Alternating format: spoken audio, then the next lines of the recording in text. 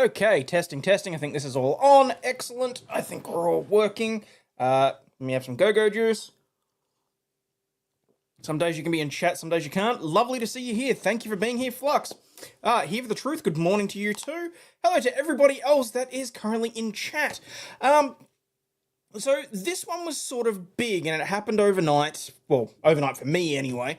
And I really wanted to have a look at it for myself. So thankfully, Law and Crime have been nice and cut it down into a whole 29-minute segment that I can just look over, because I know nothing about the, I believe it's Young Slime Life, the YSL trial that Nicholas has been covering. But apparently the judge in the trial had an ex parte meeting in chambers with one of the witnesses. Now, what was alleged, what was said, all that sort of thing, I've heard various things. Apparently, the witness confessed to the crime?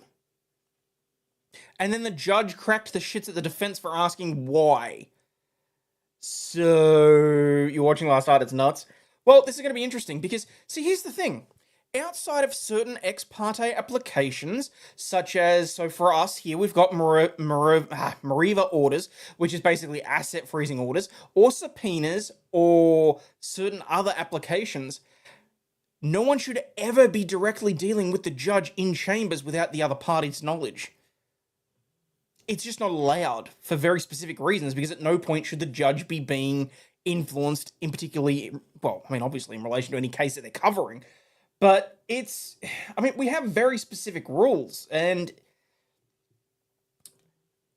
I mean, over here, certain judges won't even allow you to contact chambers unless you're actually represented by a solicitor, or a lawyer, I should say.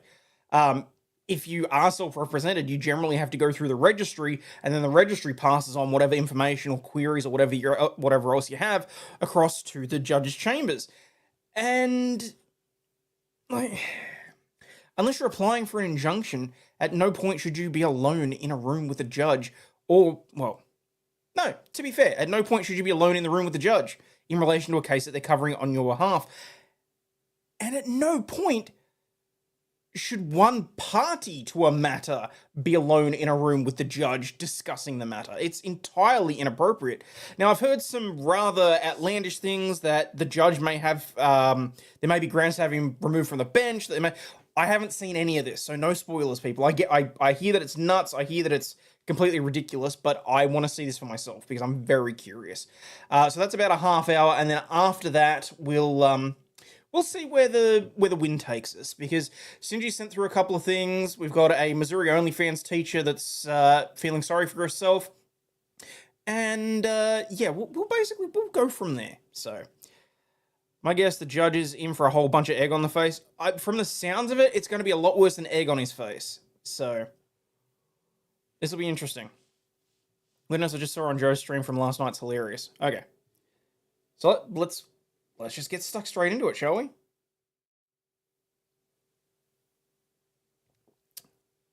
Let's test your Siri reading. No thanks. Looking forward to seeing you go totally nuts. It's going to be funny. Fabulous.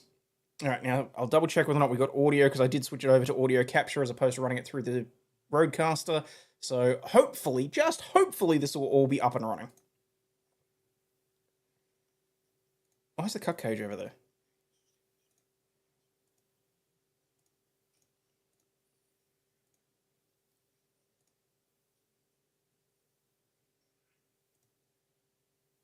Why have I got two cut cages?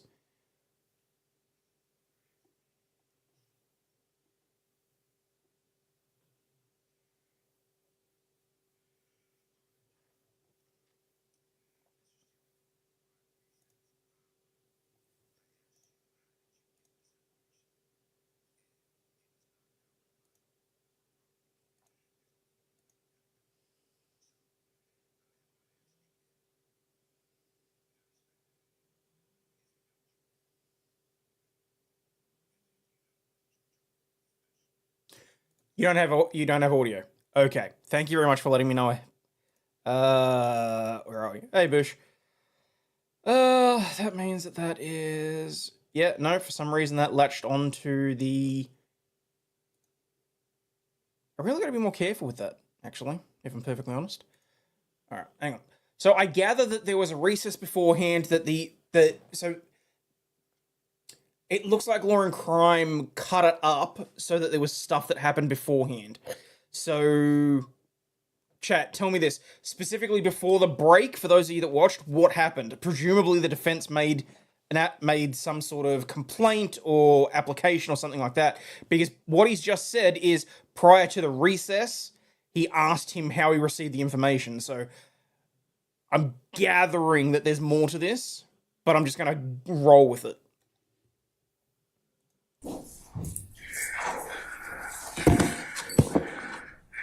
Okay, Mr. Steele, would you take the podium, please, sir?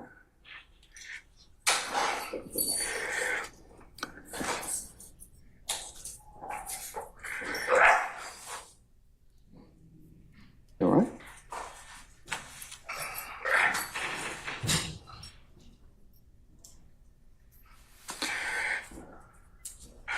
I have to watch the whole first part. It's 12 minutes or so. Okay. All right. So what'd you say? Day 88 of the trial. All right. Well, you know what? If we're going to do this, we're going to do it right.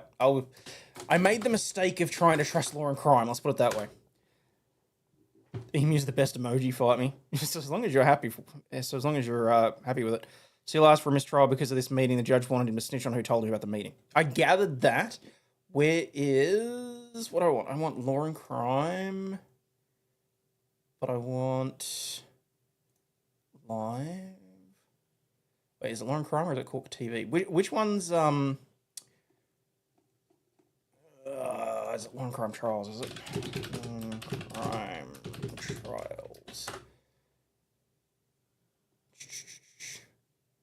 Day 88 RICO trial. Okay, so that's that there. Assuming that it's not going to be too long before the end for obvious reasons.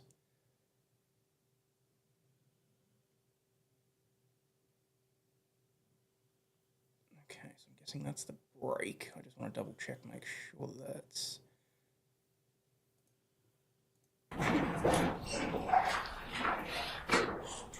I'm just finding my bearings, so bear with me.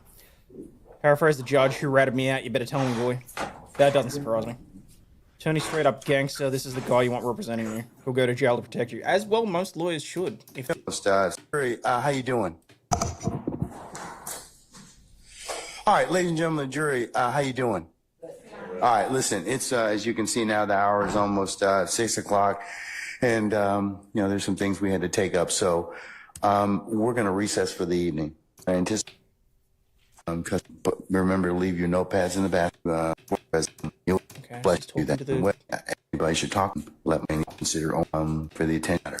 And unless you have any other ministerial inquiry of me, I'm going to release you till tomorrow morning at 9:30. Be released and processed.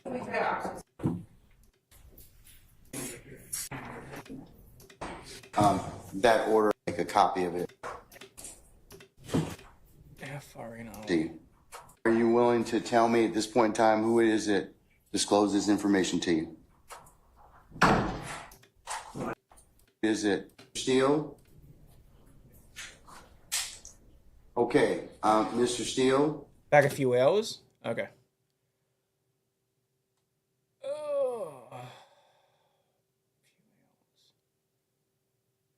Be very helpful if they had the transcript up and running, because then I could just search for it.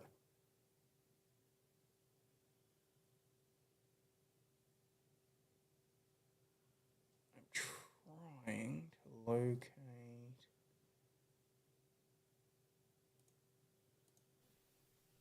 Okay, that's a sidebar. Starts about 4 hours 20. Thank you.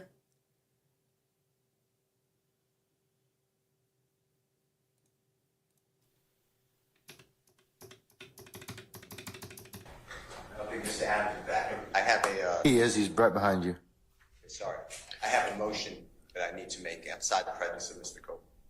All right, you can make it right now. Is he out? Let me know when you get down. Is Mr. Copeland out? No, he's upstairs. Okay, good. All right.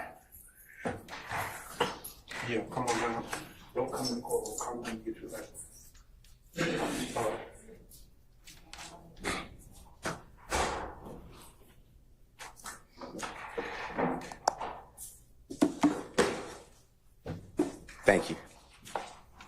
go ahead. The way I understand my constitutional obligations, pursuant to the 6th and 14th Amendments of the United States Constitution, the corresponding sections of the Georgia Constitution, I'm required to make a full and complete statement to the court. For the record, and if God forbid this goes up on appeal for the appellate courts or another tribunal, commission, or administrative body, I was told, based upon information and belief, that when we arrived at 8:30, 9 o'clock today, we did not come into your courtroom until almost 11:30. And what I found out just recently, this is not waived, is that supposedly in chambers, this honorable court reporter at times, honorable court at times, district attorney or district attorneys from the DA's office, as well as investigators, sheriff deputies, Mr. Copeland and his counsel met together. None of the defense team, to my knowledge, was aware that this was going on. It was told, based upon information belief, that it was told to the district attorneys that Mr. Copeland intended to plead the Fifth Amendment.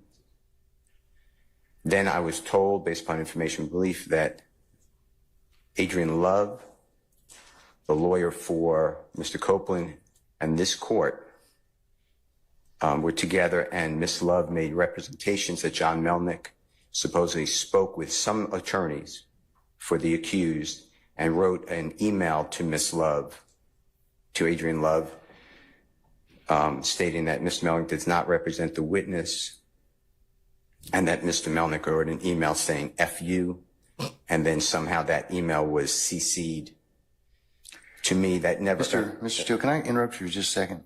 I'm kind of disturbed because that's ex parte. All that was an ex parte conversation. How did you find... But it shouldn't have been. You can say that it was ex parte, but it was not supposed to be. Why is that the bit that you have? Oh, because it got found out. That's why you got your knickers in a twist. Find out about any of that? Well, I'm disturbed too. And the reason I'm asking you a question. How did you find out about it? I'm going to ask you the question. Okay. Scuttle, if you look at SCUDDER versus State, which is 298 Georgia, 438, it's Division 2, 782 Southeast 2D 638, 2016. Our highest court says when a court meets, because Mr. Copeland comes in, meets with the court supposedly made statements, which I assume is somewhat accurate based upon what you just said. We're entitled, Mr. Williams and every other person wrongly charged here is entitled under the Georgia Constitution to be present. That's a critical stage. It's just like when you meet with me, and you and Mr. Adams meet with me, and others have met with me. It's those are ex parte for a lot of different other reasons, but I will certainly note that for purposes of record. Well, I'm going forward. What I was told was that Mr. Copeland said, and you haven't answered my question yet. I'm not going to answer that question. You're not? I'm not going to. I will not answer that question. Why will you not answer that question? Because I want to make sure that what I say is accurate, and I'm not trying to get anybody else. I'm asking you, how did you get this information? I'm not telling the court. What I'm saying is based upon information. Okay, well, listen, if you don't tell me how you got this information, then you and I are going to have some problems. We can have his. Oh, you've got problems already. Okay, I know. Look, You've already got problems, Your Honor. What's your problems? Okay, at this point in time, all I'm asking you at this point in time is, how did you come upon this information? Look, if the case gets reviewed, the record's going to be available for our appellate court and for whatever reason. But it's disturbing that how somehow you have surreptitiously gotten information in regards to the court's... Wait. You're saying that that he's the one that's being surreptitious? What?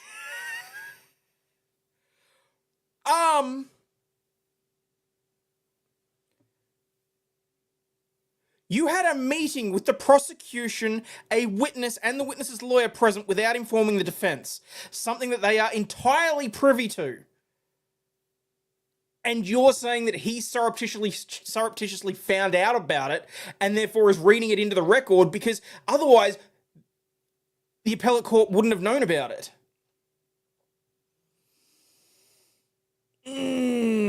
Steele's gotten way more advertising for his services out of this. Witness was sworn in on Friday. No shit. Judges don't like being questioned. Not when they're doing dodgy shit, Flux. Not when they're doing dodgy shit.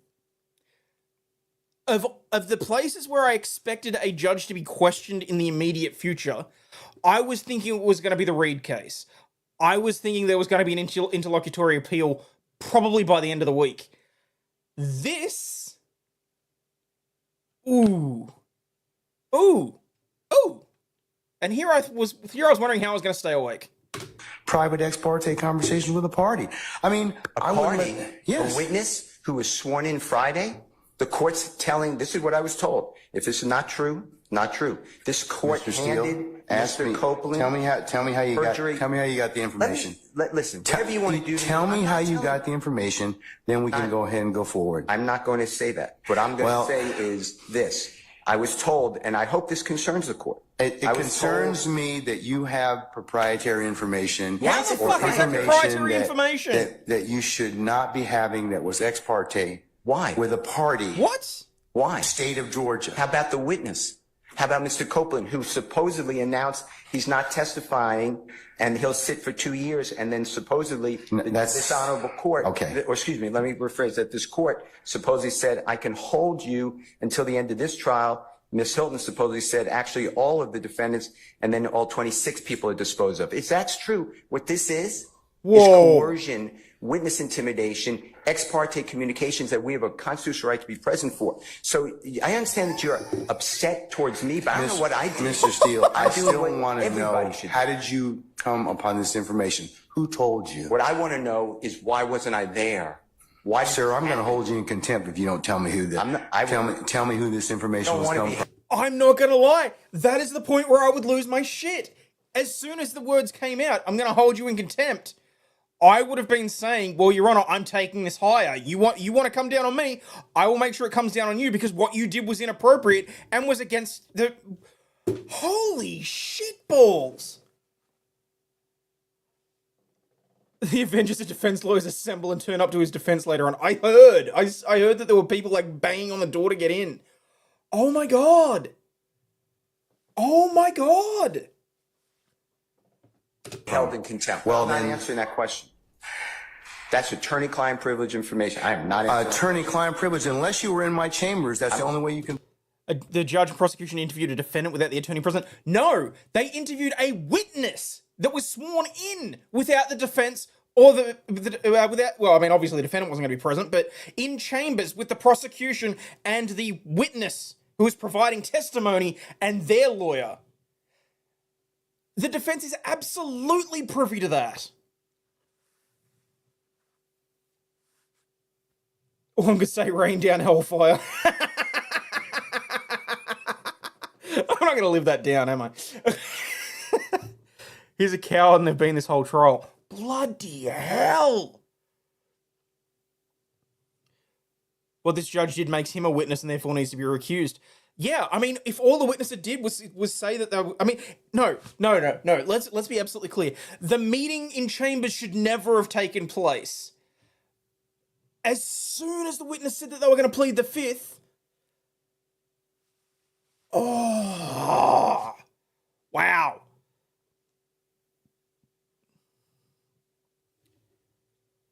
Witness who said he wasn't going to say anything would sit in prison for 2 years, which they said. And it wasn't just that they would hold him, but all the defendants till the end of the trial. And they told him that if he talked, he could go home after. That's more than coercion and intimidation. That's judicial misconduct. You get to hear what the witness said, and it goes beyond what you would imagine. Well, see, I thought that the witness allegedly said that he did it. His middle name is Balls Of. Can figure out. I tell you what, I'm going to give you 5 minutes. If you don't tell me don't who have to. if you don't tell me who it is, I'm going to put you. I'm Let me- going to put you in contempt I because understand. that is not attorney-client privilege. Attorney What a work bet! product privilege. I am not. How did you get that information supposedly from my chambers? Did somebody tell you? I'm not. You should have told me. Absolutely, You got you 5 should minutes. have. Well, I don't need it. Whoa! I want to continue. Whoa, hang on. The way the judges reacted to that. Holy shitballs, hang on. Holy shitballs of Steele, Batman. Hang on. You got 5 minutes. Well, I don't need it. I want to continue. You got 5 minutes? This is what I was told. Mr. Copeland made statements that he admitted to killing. And the bailiff is trying to interrupt him. Yeah, he should have told him. Like, the judge should not have, like... The absolute last thing that should have happened there was that meeting should have went forward, and the judge knew better than that as well. Because if he didn't, he wouldn't be acting the way that he is. He probably realized as soon as, like, if the judge had any, like, legal reasoning in his mind and he knew the rules, which, you know, they're supposed to, he should have known as soon as they all walked in that was going to be a problem. That was going to be trouble. Judge screwed himself by admitting all of what the guy was saying. Oh, so he gets better? Keep going. The bailiff tries to take Steele's notes. What? Donovan Thomas and was... Don't take my notes. No.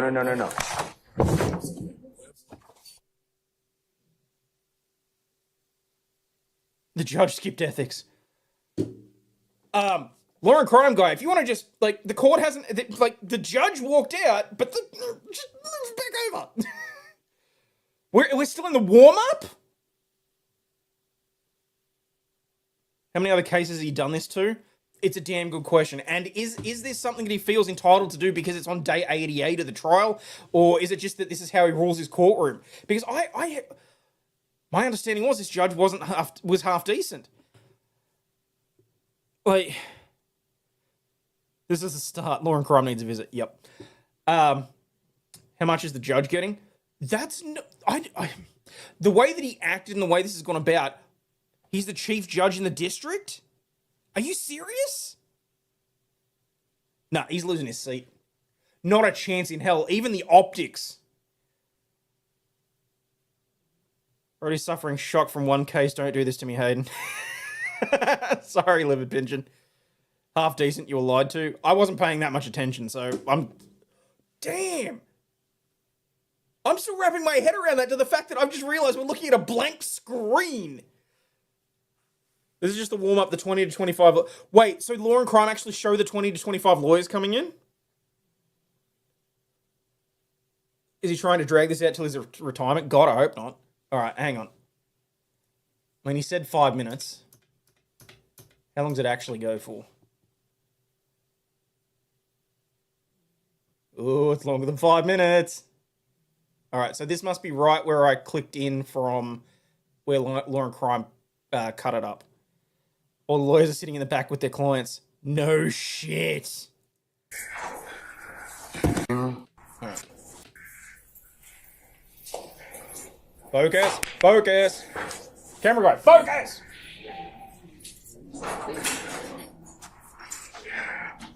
All right, do we have everybody with you?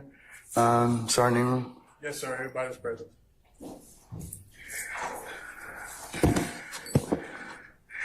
Okay, Mr. Steele, would you take the podium, please, sir? Okay, so this is right where I started. All right.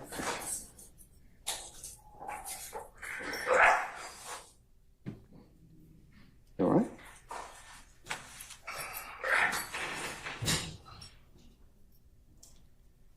Judge is mad as railroad to conviction and retirement over presiding. A big RICO case is going up in flames.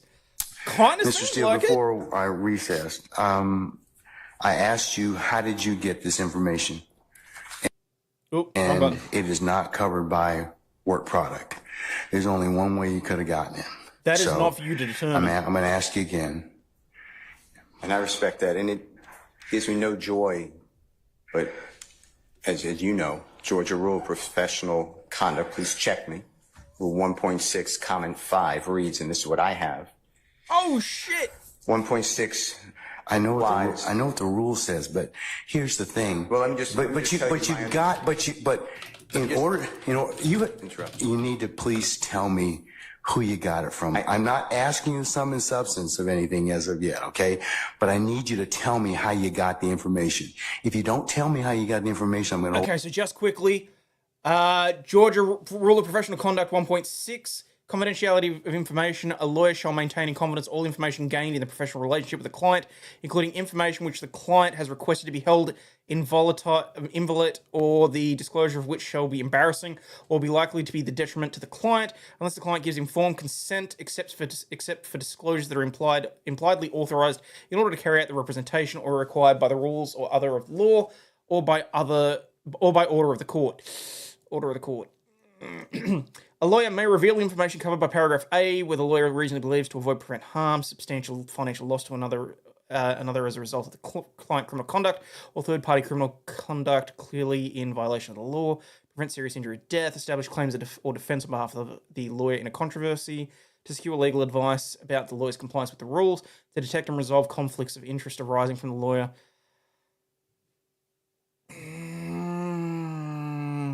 If you read the filings, you get the comments in that rule too. I think it's comment 5 that's relevant.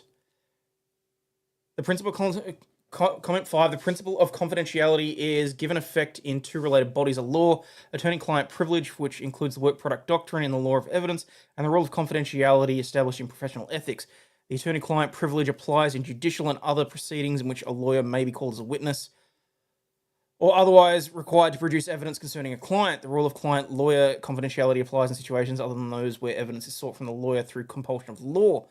Rule 1.6 applies not merely to matters communicated in confidence by the client, but also to all information gained in the professional relationship, whatever its source.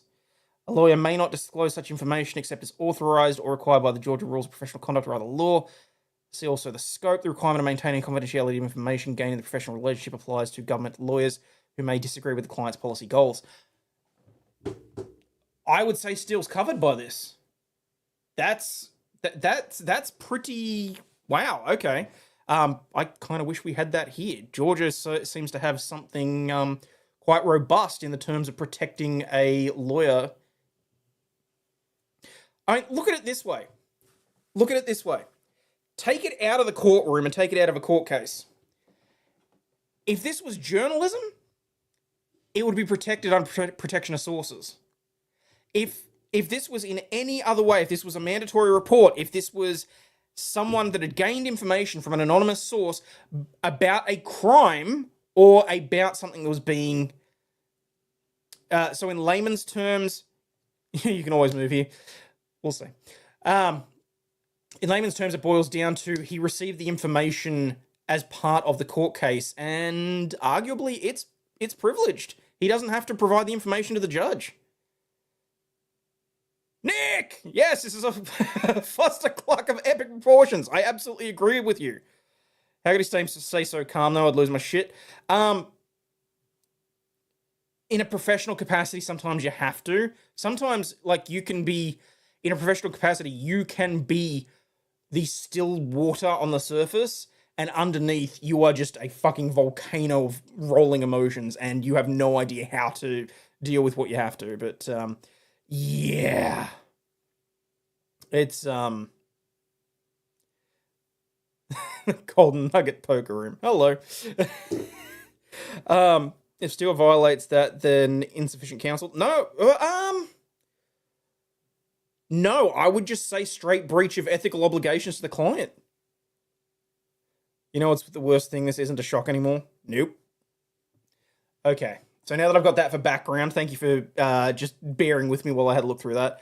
Justice system sucks. I was on probation, violated my probation, and went to prison. Sorry to hear that, Bernice.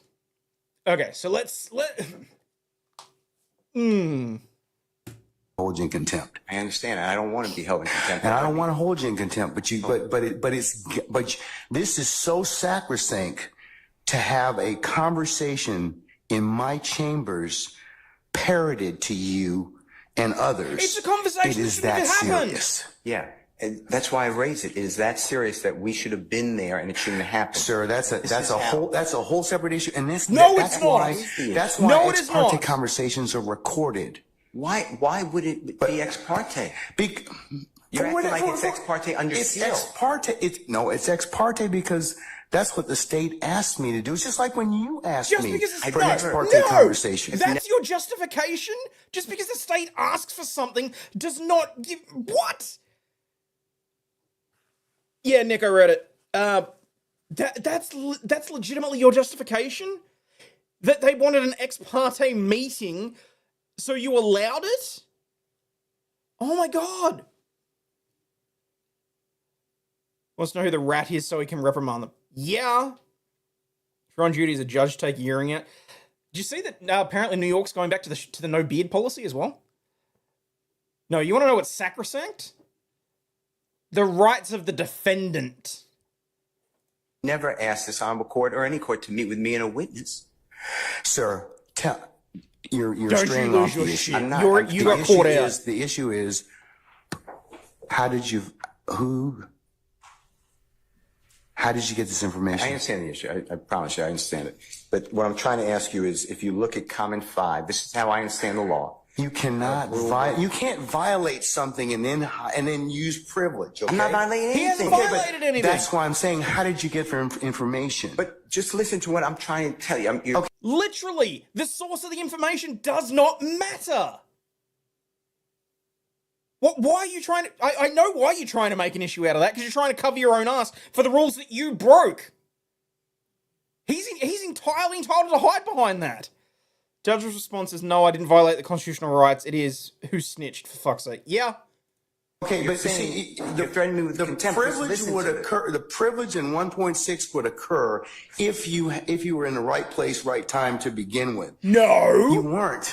Let me tell you, I'm just reading from it. But if I'm reading it wrong, I'm not trying to. It says 1.6 applies not merely to matters communicated in confidence by the client, but also to all information gained in the professional relationship, whatever its source. So you're asking me to break, you're ordering me, maybe, you're asking me, I'm not saying you're ordering me, but to give you information, and you're saying it's not substance, but I'm telling you I can't do that under the bar rule. All right. Well, I'm going to hold you in contempt, and you can think about it. 5 o'clock today, we'll see where you are at that stand on that point. Because no, that's not what I understand. I mean, look, they can and they can't, because technically the buck stopped with the judge. They asked for the application, they asked for the meeting, and he shouldn't have granted it. Judge really gonna fuck around and find out? Yeah. Let this be a lesson to everyone. Steele knows what he's talking about. God damn.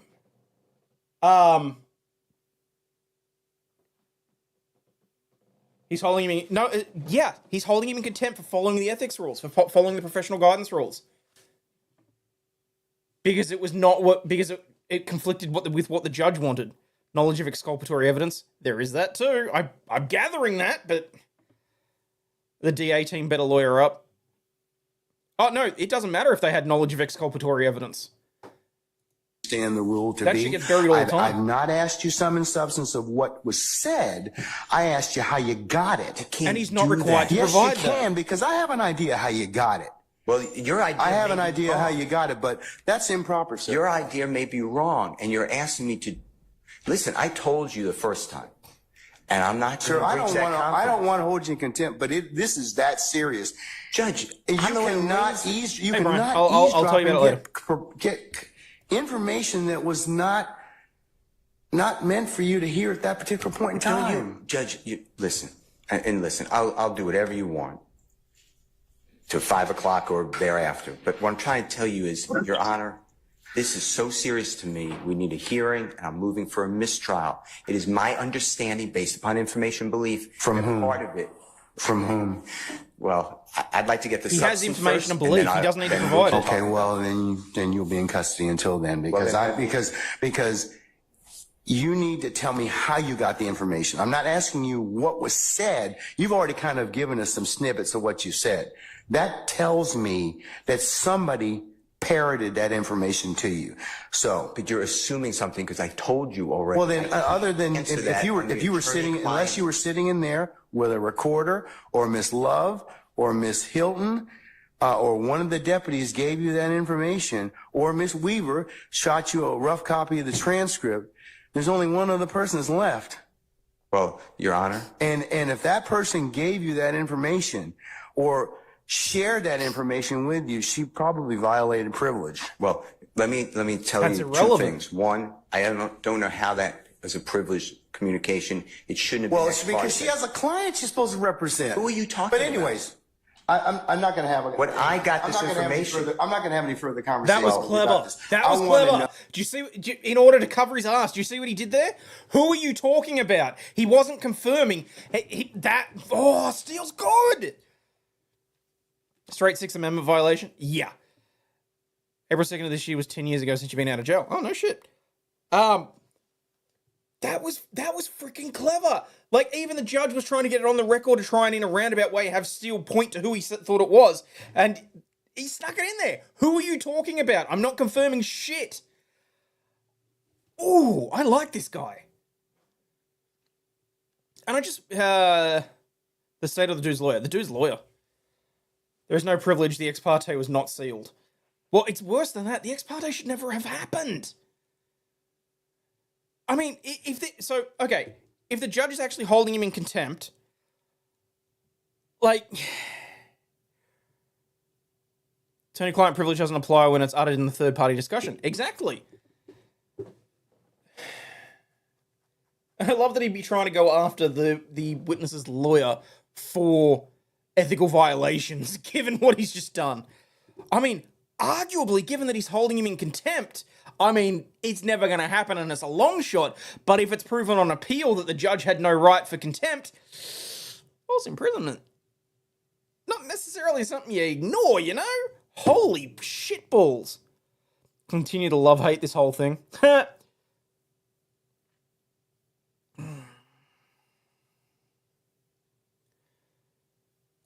No, the question still remains. I want to know who gave you the information? I'd like to know what information happened outside our presence. That's really it. He can go into custody at this point in time. I think that the court needs to again declare a mistrial based upon. Okay, and I'm going to deny your motion. I'm going to deny your motion. I understand that you spoke with a witness outside of our presence. And whenever, yes, I had an ex parte conversation, which is appropriate. And you influenced the witness based on information belief, and I'd like to have that all on the record. All right. I mean, I don't know why that's so hard to do. If nothing happened bad, that's fine. But you're acting like, tell me who it is and don't talk about the substance. Why can't we have an issue that was outside of presence? It should not have been. Because you got some information that you shouldn't have gotten. Why? Why? Well, that's for another day. But why? No, it's not. That's for another day. In the first place, I didn't know about this stuff. That's for another day. So I raised it as soon as we found out about it. Well, I gave you the case I'm relying on. I assume you read it. If you didn't read it, you should read it. It's a material part, a critical part of the case. When a judge speaks with a witness outside the presence of the accused, the court has said it's right there in Division 2. Okay. That is a material or critical part of the case, and it's an automatic reversal. Mr. Steele. But you're acting like it's Mr. Steele, that is not when Try and justify it. Try and justify it. That is not the case when somebody discloses information in a ex parte conversation that one of the parties lawfully asked me to hold. You're not supposed to have communication with a witness who's been sworn. You know that I'm not telling you. I'm just saying if you read I'm assuming you read it. That's what it says. And you did it supposedly. Does the state wish to be heard? You said it supposedly. Yes, Your Honor. And what I'm trying to get to is why did that happen outside of presence? And I need to have I'm respectfully requesting the transcript that you mentioned to be given to us so we could really understand it. And then anything that was not on the transcript, if anything, that we understand what happened outside our presence. Okay. And now you have put it where somehow I have to reveal, and I told you the first time, I'd be breaching 1.6. And I know you're assuming something. I don't think you're breaching 1.6. You can't hide behind 1.6. I'm not hiding behind anything. You can't hide behind, yeah, but the thing is, I think you got this information. It's irrelevant how he got the information. Somebody disclosed it to you, and that's the only way you could have gotten it. What I got. Because unless you're sitting there, you're eavesdropping. So you can't use something ordinarily that you had no. Wait, you're going to accuse him of professional impropriety in that manner as well?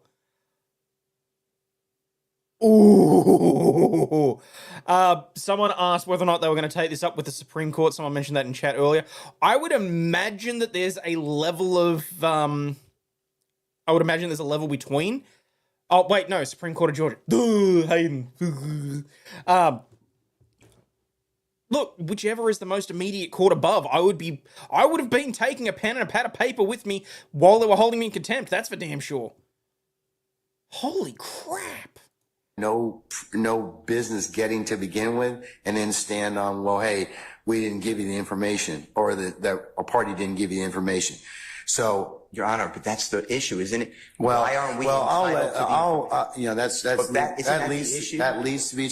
needs to be told. But But, State, but right now, we don't know Mr. Steele. why we were excluded from that. Mr. Steele, and I want that information stop. because Just Mr. stop. Williams' constitutional right on the Just stop. Georgia Constitution. Just stop at this point in time, because Article 1, Section 1, you paragraph did, you 4. Three already said appeals that. already Already filed said Georgia by 5 Constitution, p.m. and we have the right to be Damn. present. All right, Mr. And we're not waiving anything. Yes, ma'am, Ms. Love.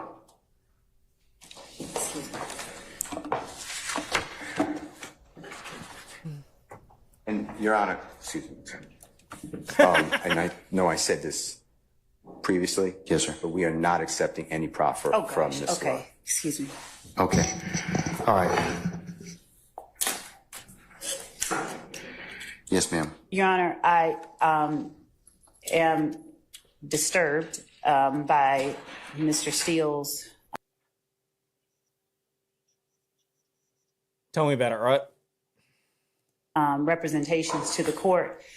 The court has inquired. We have no way of knowing what it is or who it was that disclosed information that was contained within an ex parte conversation. Not only was there an ex parte communication between that we requested as a state, But it was inappropriate for you to do so. But there was communication made, I believe, to a person and his lawyer. I don't know that the reason that counsel took the podium was to address that particular issue so much as it was to try and assert. For Fire and Ice's benefit, and for anyone else that doesn't know, what is ex parte? Ex parte is when an application or a meeting takes place with the judge without one of the parties present. In this instance, it was one of the parties that was present, as well as a witness and the witness's lawyer in the judge's chambers having a discussion about the case, which in most cases is a big no-no. As I said at the start of this stream, generally the only time that you will ever be in judges' chambers, and for the most part here, unless you're represented by a lawyer, they don't even let you contact judges' chambers directly. You have to go through the registry. The only times are for asset freezing orders, subpoenas, injunctions. In this instance, I can see no reason whatsoever why this would be even remotely even asked for, let alone appropriate. She's in deep shit too. I would say so, yeah, frankly. It's when the booze runs out and the parents come home. Exit the party. Yeah, that's really bad. And holy shit, there's 161 people watching. If you haven't already hit the like buttons, maybe thought about subscribing, just think about it. accurate, what he calls fact, and put it out there in the open as if it were true. But we certainly have the right to request ex parte communications. That's why we ask that the court reporter be present. This is a matter that the defendants did not have a right to be a part of, as this was a matter regarding a civil contempt that the court imposed It was to upon a influence person a for not witness. Are you kidding me? obeying the court's directive. The state read the case that Mr. Steele cited. Thank you, Vince. Appreciate that. Congratulations to Fire and Ice who got the membership. There you go. Does not stand for the proposition. He asserts that it does. And regarding further legal support for our position, we would provide that to the court, but we are more concerned that information that is disclosed in an ex parte setting gets relayed to the parties who are not privy to that. The whole purpose of the ex parte request was so that that did not happen. And we expressed on the record our concerns and our reasons for concern regarding that. We believe.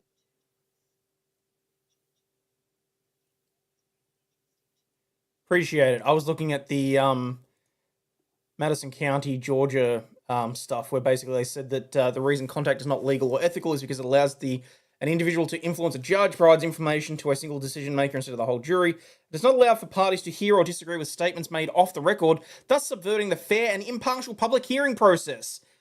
It's pretty much what it boils down to. I'll have a look at Rule 34 in a second. Wait. You almost had me, Stingy. That without more information about how that information got relayed to the defendants, we cannot make the kind of assertion I'd be inclined to make. So before making the next set of assertions, I would need to know how that information was made privy to them, to counsels for the defendant. We did not act inappropriately or outside of the rules of professional responsibility. And if need be, we will reach out to the state bar ourselves and ask what the appropriate remedy is for everything that has happened over the last 2 days. Well, the last two. The appropriate remedy would be a mistrial. I love how she's trying to backtrack and say, you know, we don't think that what we did was particularly bad, but if there is an issue, we'll reach out to the state bar ourselves so we can try and gloss over some of the details. Like, far out. 2 work days, because we are extremely concerned. We have observed a number of actions on the parts of a number of people that I am not comfortable stating publicly at this time, but that would appear to call for being addressed in some other way. So as to Mr. Steele's request, I guess it was for a mistrial. I'm not even certain what all that was. I think it was probably more to make inaccurate assertions on the record public to whomever was within listening shot of his voice. And we would ask that the court strike everything that he said from the time he stood up and started talking after the court asked him where it was that he obtained the information that was made privy in counsel for this court. No shit. All right. It's Stingy. This is why I can't always trust you with shit. Are you serious right now? Answer to civil actions, oral answers, and counterclaims to civil actions, oral answers, if any, in civil court actions, must be given in person to a clerk or judge magistrate. Huh. I think you just looked that up to try and cover yourself. But anyway. And regarding Rule 1.6, Oh, here we go. Your Honor, we read 1.6 as standing there. 1.6 in no way shields Mr. Steele's answer that the court requested he give. Rule 1.6 has to do with attorney-client privilege, and that is information that Mr. Steele obtained from his client regarding. There's got to be bar guidance. I don't know if the information was leaked to his client from someone who was in chambers, or if the information was leaked directly to Mr. Steele. In either event, it is concerning and in no way falls under the protections of Rule 1.6. If the court would allow me a moment. All right. Oh, sweetheart, I hugely disagree with that. Having read that rule myself, I hugely disagree with her opinion on that. And I would strongly suggest that the state bar would agree. Wouldn't the leakers be protected? Regarding Not necessarily. further appropriate remedies, Your Honor, we would ask the court for an opportunity to further look into appropriate remedies for circumstances such as this, apart from what the court has already said, because it's grave enough when information is leaked from within the court's chambers regarding a matter that has been requested as ex parte, and It shouldn't have been granted in the first place. The judge is on the hook for that. we would ask for the opportunity to present to the court additional appropriate remedies that we believe are available. All right.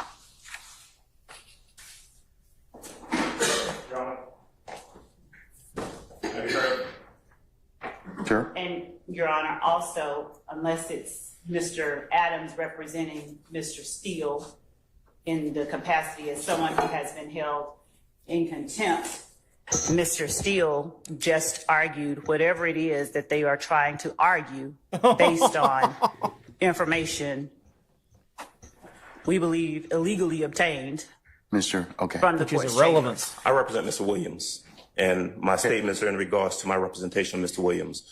All right. He has two attorneys. Okay. Yeah, he does. But The court, now having found Mr. Steele in contempt, if the court continues in that position, that leaves Mr. Williams represented, at least at this juncture, by myself. That puts me in a position of making sure the court is aware that I'm in receipt of the same information that Mr. Steele received. I'm of the same opinion that the court has engaged in behavior that I believe compromises and corrupts the continuation of this trial. I do believe that we are entitled to and should receive a copy of the transcript so that a full investigation can be made as to what we believe has occurred here. And so I take the same position as Mr. Steele. I am asking for a mistrial, as he did previously, and I'm telling the court that I do not believe that we can proceed at this point based upon the information that we've received. all right. So, And frankly, I don't believe the state has any say in that. My statements are in regards to my representation of Mr. Williams, and if Mr. Steele is going to be held in contempt, I have exactly the same position. I also do not. well, believe I asked him, so I didn't ask you. Yeah. So, but I'll leave it at that. Okay. What if every defense counsel forces him to hold him in contempt? What is it, Mr. Sharp? I am Spartacus! Thank you, Your Honor. As you know, I represent Shannon Stillwell. On behalf of Shannon Stillwell, I am going to be moving for a mistrial, first and foremost. I just want to clear up a few things that have been said. Today, we were instructed to come 8:30 for a 9 o'clock start. I would not be honest with the court if I said I was here at 8:30, but I was probably here at about 8:40.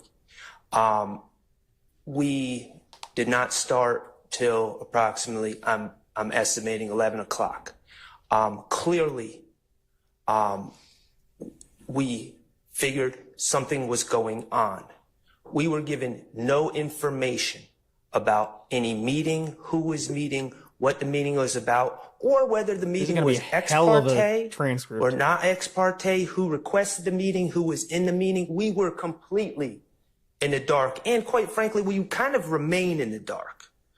I am not a false accuser, okay? I do not just willy-nilly accuse people of things. So, I'm not going to throw out spurious allegations like the ones that have been thrown at me over the past couple days that are absurd. But I will say, Your Honor, what I do know is just based on what we've heard over the last 20 minutes, it appears there was a meeting that I knew nothing about that involved Your Honor, the district attorneys, and a witness who had been sworn in. My client was not given an opportunity to be present at this critical stage. This was a critical stage in this trial. That error is a foundational structural error in this case, and it is the cause for an immediate mistrial. Additionally, Oh.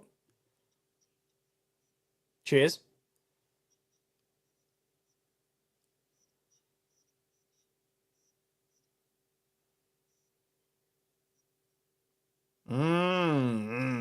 Yep, and thank you so much for that. Appreciate it. Well, it's not muted, it's paused. I'm trying to, while this is going on, I'm looking through the rules and regulations of the state of Georgia. I mean, I'm sure that many more informed and intelligent individuals than I, wait, what? Siri's muted? All right, I'll read it out in a minute then. Oh, it's probably because I've got it through the Brave application and not my fault. I'll fix the audio now. There we go.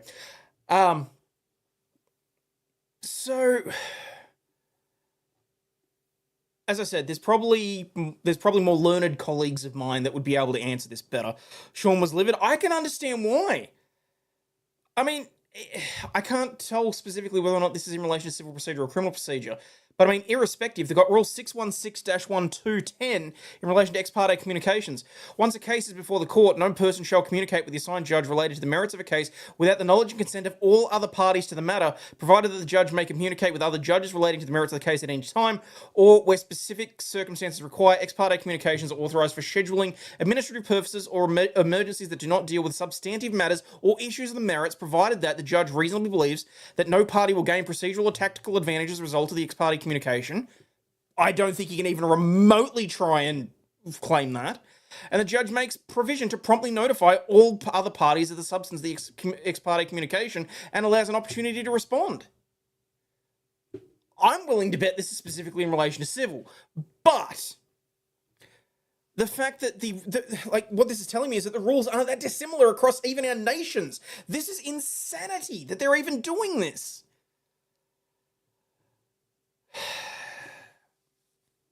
Yeah, I'll keep it running. Additionally, Your Honor, I believe that this meeting, again, I'm going to ask for the transcript and I'm going to ask for the recordings as well, should they exist. But I believe that this meeting with a witness without us present may have made the district attorneys and or Your Honor a witness to this in this case. A material witness. Oh, don't worry, Trenton, I'm not going anywhere till I hear this. And finally, Your Honor, I'm going to ask for, as soon as possible, I'm going to ask that these proceedings be halted until we can obtain an accurate final transcript for what occurred where none of the defendants or defense counsel were present for, and also the recordings of that meeting so we can see where we are. Again, I'm not going to sit up here and make false accusations or spurious allegations, but I do think we need to figure out what happened. Oh, yeah, that was completely irrelevant. No, and not in the dark about what happened. I was just reading through. That was completely freaking irrelevant, by the way. Just saying. Was it 616? What I just read out relates to the Office of State Administrative Hearings, so never mind me. This is why I said I'm more than happy to be corrected because there are more learned people than I that know about this shit. Whoops. Happened when a meeting occurs with a witness that has been sworn in, and we're not invited to the party. So those are my requests, Your Honor. I think it's necessary at this time to put a halt to these proceedings. I am moving for a mistrial. I have not waived anything. I just found out about this information. It is timely, and that's our stance, Your Honor. Thank you. I've noted your motion for mistrial. It's denied. Okay, I'll same thing. You want the Harvey? Mr. Okay, all right. Okay, Mr. I'm adopting all of the statements. All right.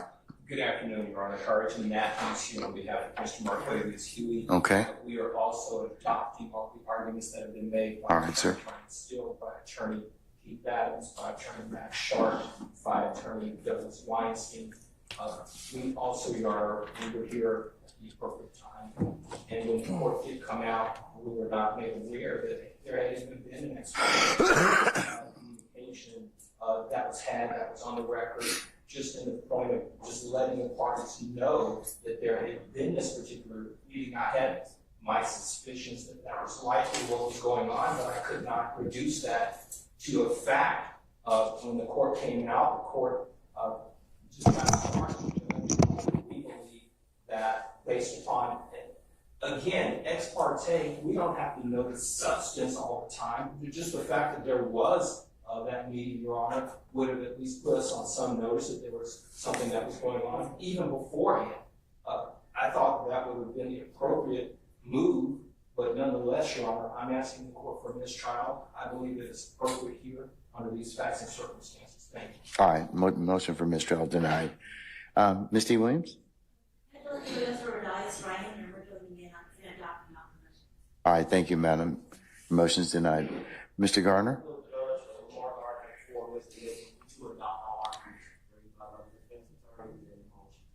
Okay, so noted. All right.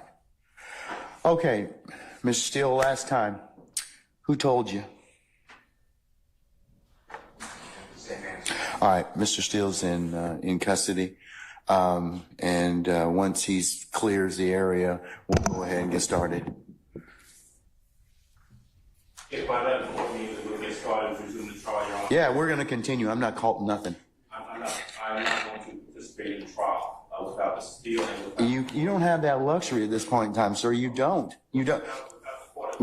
You don't have that luxury. You don't have that luxury at this point in time. You don't. This would be the point where every lawyer in the room should be walking out of the room. Sir, you all are really getting Mr. Steele. yourselves cross purposes at this point in time. Oh, they're getting themselves cross purposes. I'm telling you, you are at this point in time. You made some things out of nothing. Yeah, I think that you're on very precarious ground at this point in time. So I'm telling you at this point in time, I want to see what the court. he's in custody. We're going to go ahead and start. You can represent Mr. Williams. That's okay. That's fine. I'll take up the other stuff as needed, but I'm not going to take it up right now. I will not. Say again? Respectfully, I will not. I cannot. Sir, you have to. He doesn't have to do shit. You either hold him in contempt or he walks out. He doesn't have to do anything. You're going to have to do the best you can at this point in time, because you don't get to extort the court. That's what you're attempting to do at this point in time. Sir, yes, you are. What you're trying to do is, I'm not going forward if I don't get this. You know, it doesn't work that way, Mr. Adams. And I'm. You literally did the same fucking thing. It was literally, you're being held in contempt if you don't give me the name. So you're not moving forward. Fucking hell. Just wait for the the triple, quadruple, quintuple, double down. He's trying to extort Steele. Yeah. I'm telling you at this point in time, I like would, a toddler getting caught with his hand in the cookie jar govern and trying yourself to say the accordingly. dog did it. Sir, I'm telling you,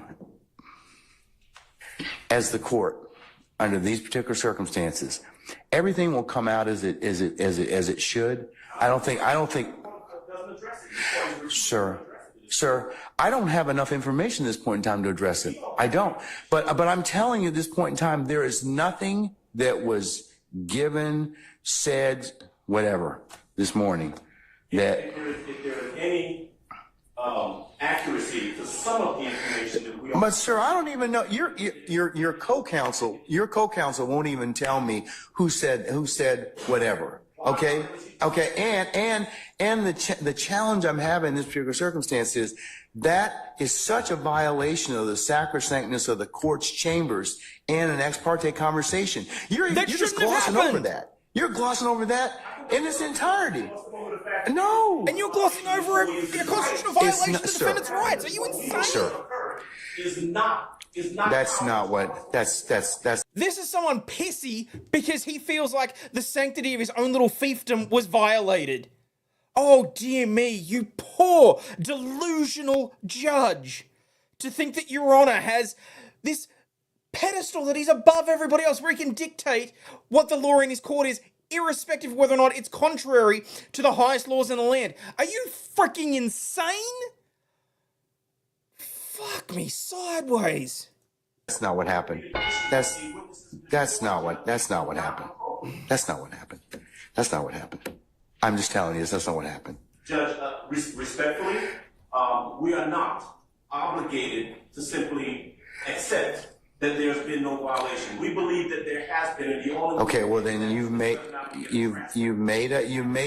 no, we're not doing that at this point in time. So you'll have a choice to make. All right, take Mr. Steele into custody, please.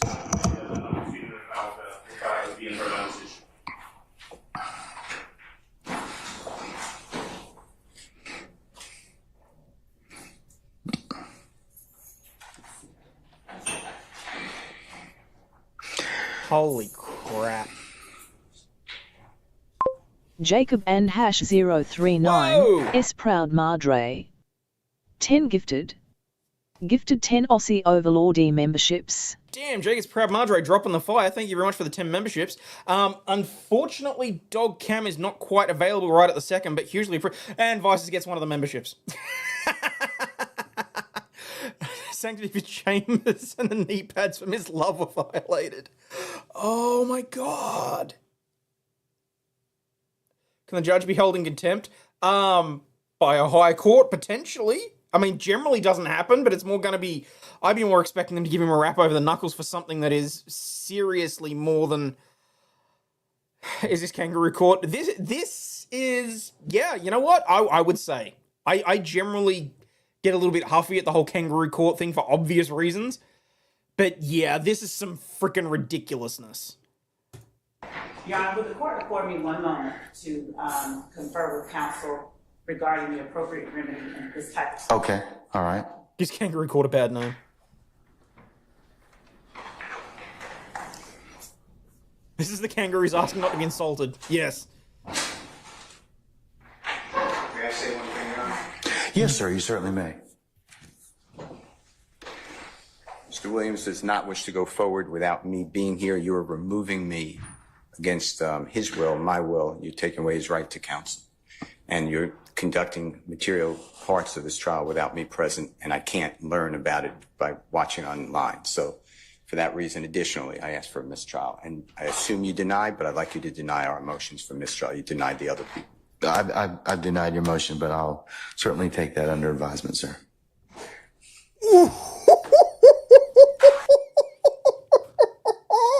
Holy shit! Oh, and the jab there about the fact that this is all going to be online as well. Oh, isn't this judge friends with Fannie Willis? I have no clue. Yeah, that was balls of steel. He wanted to get this on the record. That's exactly what I wanted to do. We'll just have to go to higher ups. Apparently, 3 appeals have already been filed. Like, I would have been writing one while I was still sitting at the desk. So, yeah, this will go higher. Whew.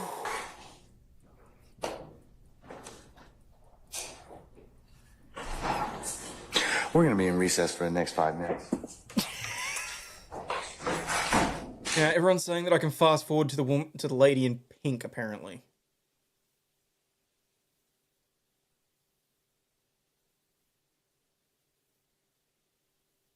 We got a timestamp for that? Or am I just gonna keep going until... I'm not seeing anyone in pink.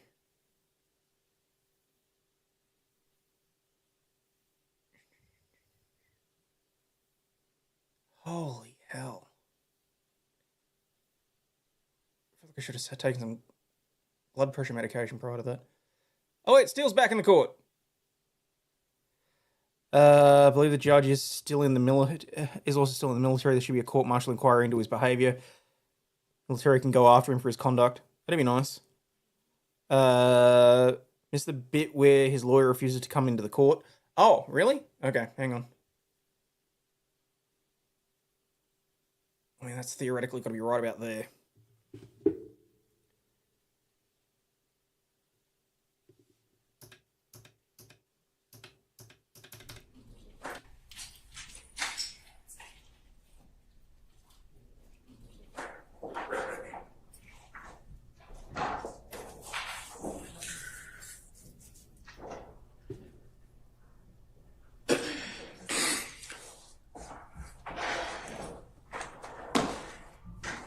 Yeah, well, I mean, I feel like he's fully within his right to refuse to return.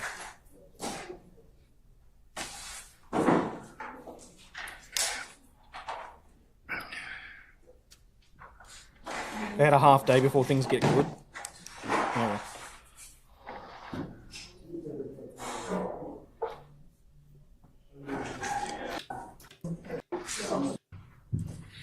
Adam's in the hallway over there. Could you get him, please?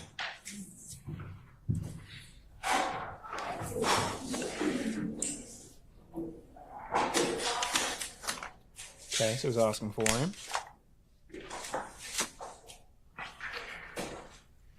Is the court reporter lady having to type all this? Yeah. Hate to live in the state. So much messed up things that the justice system keeps coming to light over there. Mm-hmm.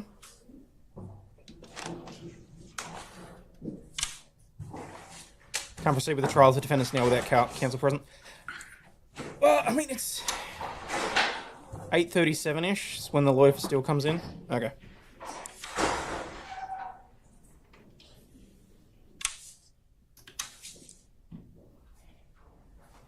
He's refusing to come in. Is he refusing to come in? To come in. Is he refusing to come in? Yeah, that's not inappropriate at all. Damn.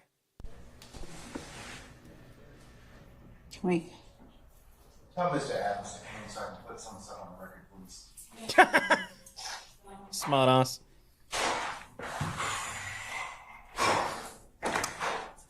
Has to type 150 words a minute. Well, that's why the stenographers have the specialized keyboards.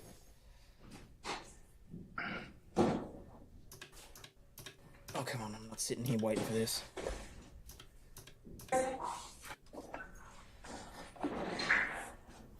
Adams is present. And now he's going to be a child and not even look up. Just hang tight, sir. Yeah, there we go. Saw that coming.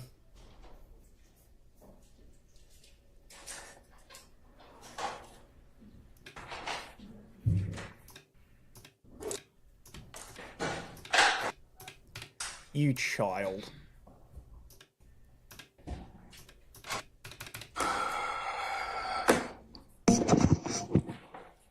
All right, Mr. Adams, let me address your first refusal to go forward. We have had plenty of circumstances in this trial where you have been lead counsel and you have done more than a yeoman's job of representing Mr. Williams. And I don't doubt that that won't continue. So you don't get to have your entire defense team here. You certainly get competent counsel, which the court finds that you are in this particular circumstance. And an appellate court will review my decision for abuse of discretion. So I'm going to direct that you go, that you continue to represent Mr. Williams. You can consult with Mr. Steele. Any breaks or anything such as that, I'll allow you to do that and continue to do that. But Mr. Steele put himself in this particular position in terms of all these. I'm not asking him for any other or you. You put him in that position. You, quite literally. You were the one that allowed the ex parte to take place. You were the one that put him in contempt because he wouldn't reveal the source of privileged information under Rule 1.6. I'm sorry. I would argue you're conflicted out of making that determination. Holy shit. For any other information that might be privileged or any other conversations, but I need to know who told you, because that then drives other things the court needs to. No, it doesn't. Probably Don't do. answer it. Do not answer it. So he's the reason as to why we're here in this particular circumstance. So if you or he or want to disclose to me who told you that, I'll be more than happy to reconsider. What? You're effectively now trying to coerce counsel into releasing information that they feel they'd be in breach of state bar rules.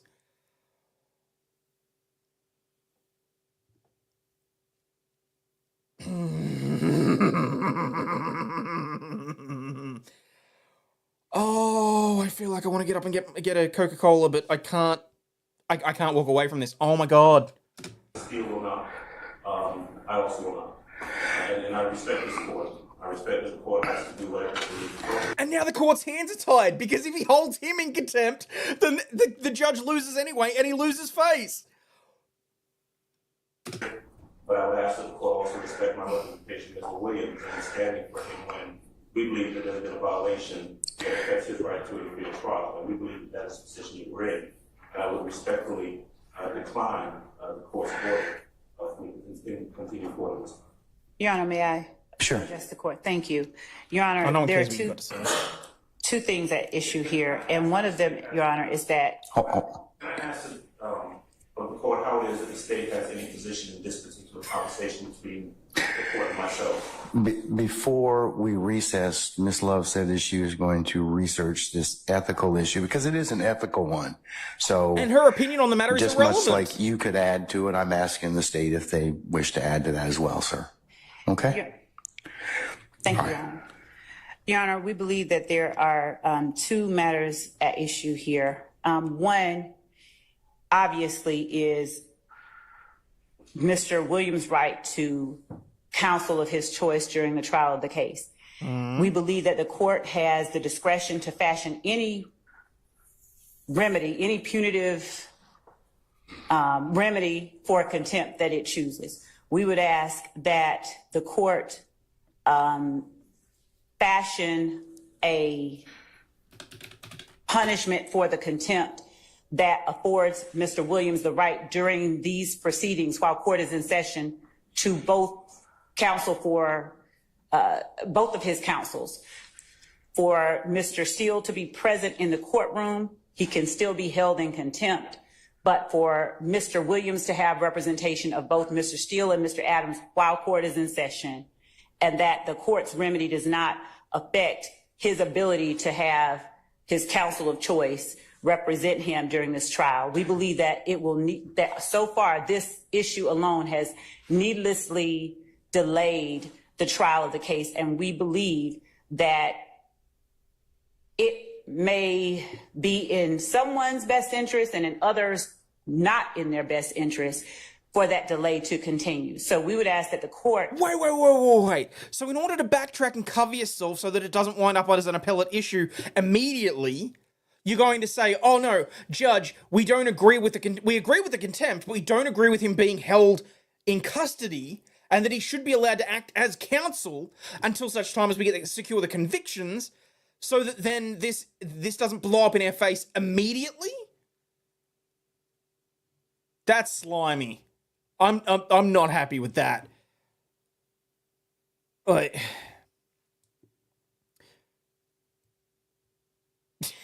Vince.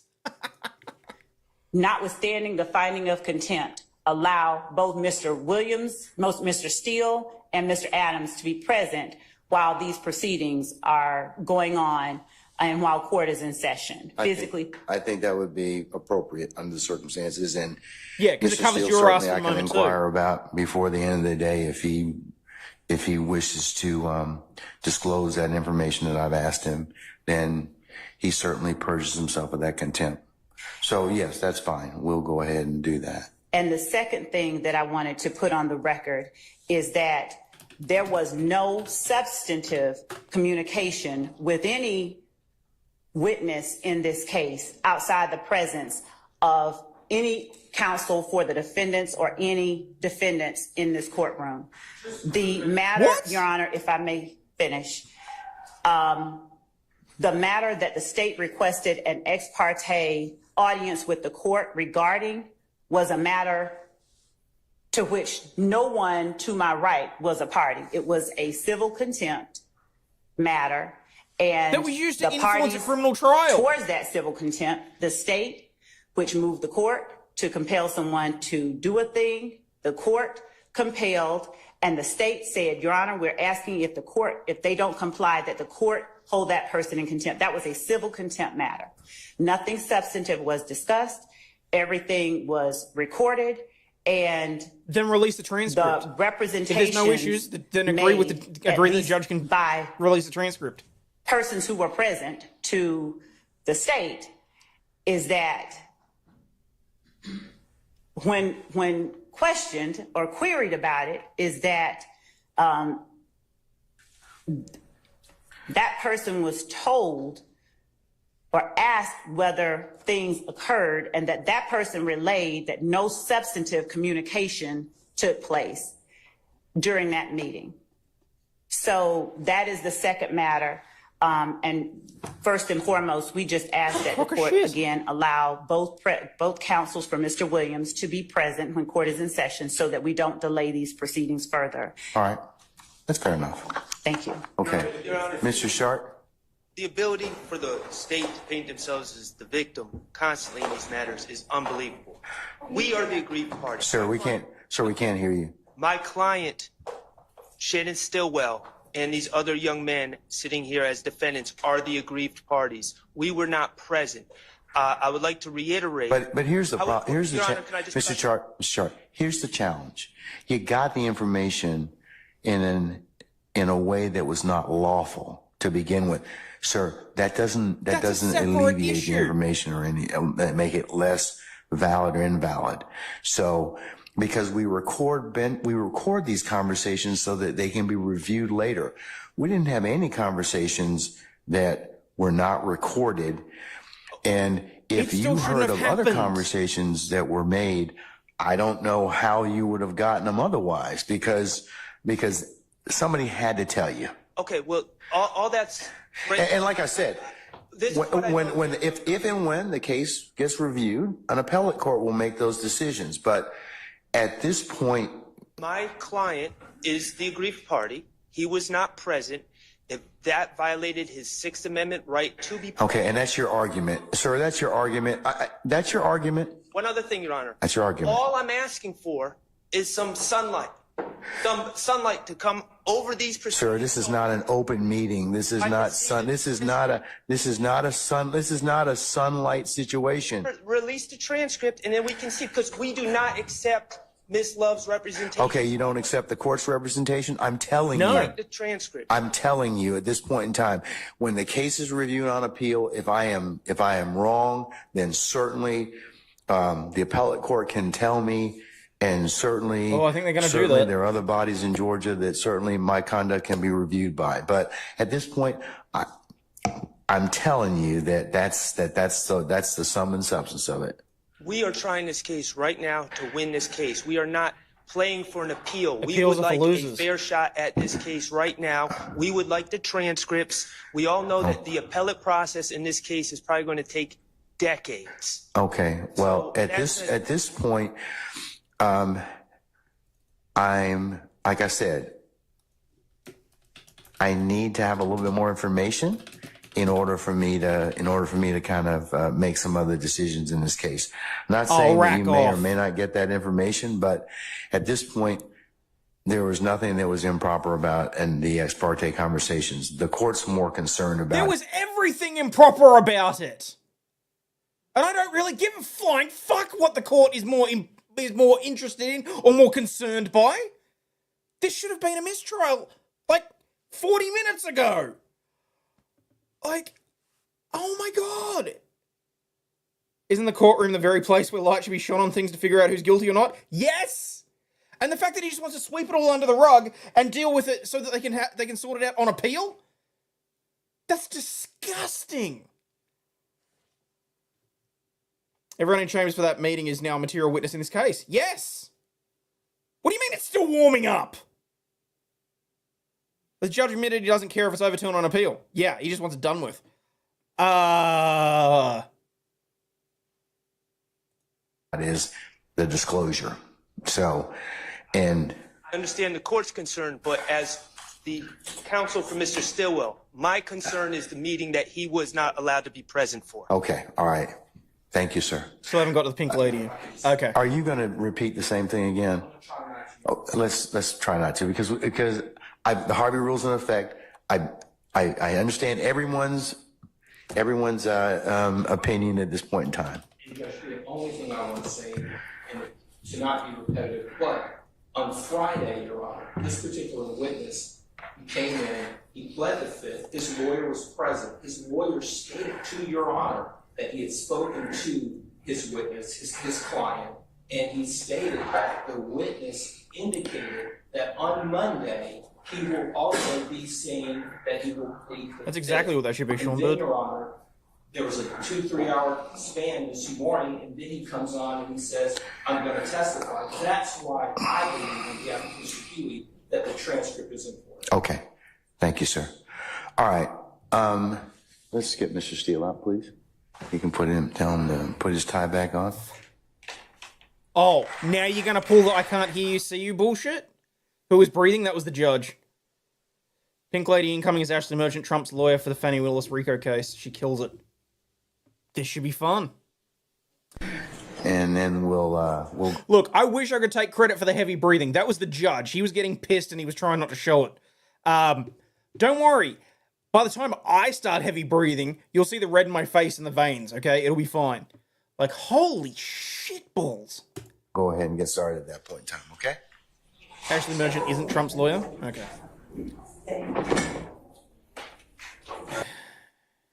All right, sorry, I was just trying to put together a half decent. Oh, there we go. That's the picture that I want for the thumbnail. The me with the shocked face. Where are we? Moving along. What the fart is all this?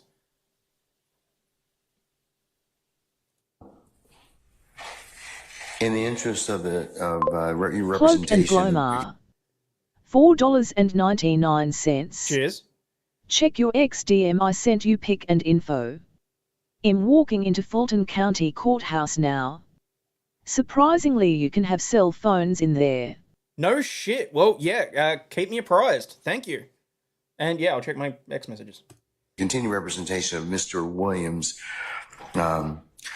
is been brought to court suggestion that you be here until when we at all open sessions of court and until we finish for the day. So I'm still going to hold you in contempt. You can purge that contempt by just telling me who it is that told you this information. That's all I need to know.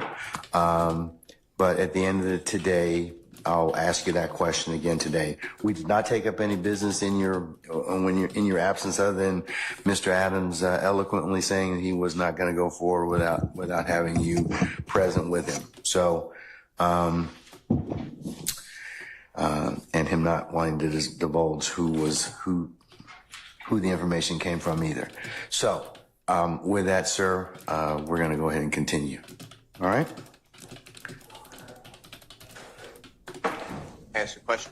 Yes, sir. Did the court order the transcript that we can see it and have a hearing and call witnesses? No, I'm not gonna order the transcript as of yet, because if the case should be reviewed, the appellate court will have that particular ability to do that. I don't believe at this point in time it is the court's understanding of the ex parte conversation that the disclosure is the more troublesome remedy. If I did something wrong, then certainly you did that can be reviewed.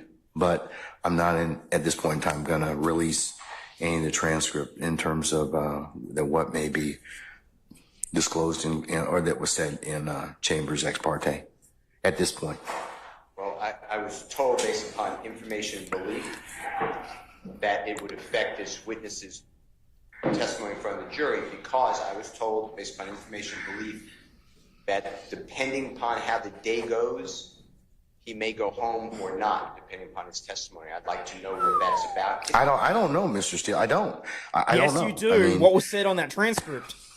That's why I would like to know who it is that told you or disclosed this information from Chambers, because I don't know if this person even had, if that conversation was even had within my presence or hearing. You confirmed all of the details and who was present. Are you kidding me? I don't. So I would like to have a hearing with the court as a witness, with the DAs as a witness, with the deputies as a witness, with Mr. Copeland as a witness, with his counsel as a witness, court reporter, transcript. And Judge, I'm not trying to be harmful. Mr. Steele, I think that you're running a very thin professional responsibility line. I don't think you have cover at this point in time. I think you're blowing your coverage at this point, because I do think that somebody told you some things that violate privilege. What privilege? Attorney-client privilege. So, I mean, but that's beside the point at this point in time. We're not going to argue about that right now. So basically, he's blaming one of the lawyers that was in that meeting, saying that okay, firstly, attorney-client privilege only applies if it's something that, like, the client can waive privilege if they wanted them to know. But yeah, the judge is absolutely out of control. Uno reverse, Judge.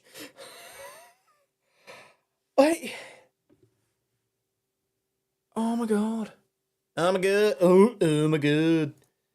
I just need the way you purge your contempt is that you just tell me who told you this. I'm not asking Stitches you get stitches. what was said. But you're indicating what was said. I want to know who told it to you. Which is irrelevant. Based upon information. But I need to know who it is because that's critical for the court taking remedial steps at this point in time.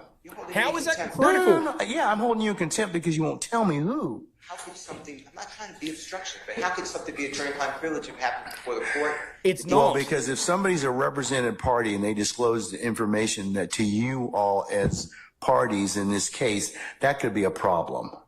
That could be a problem. I don't. I mean, like I said, I don't know what was said to you. I don't.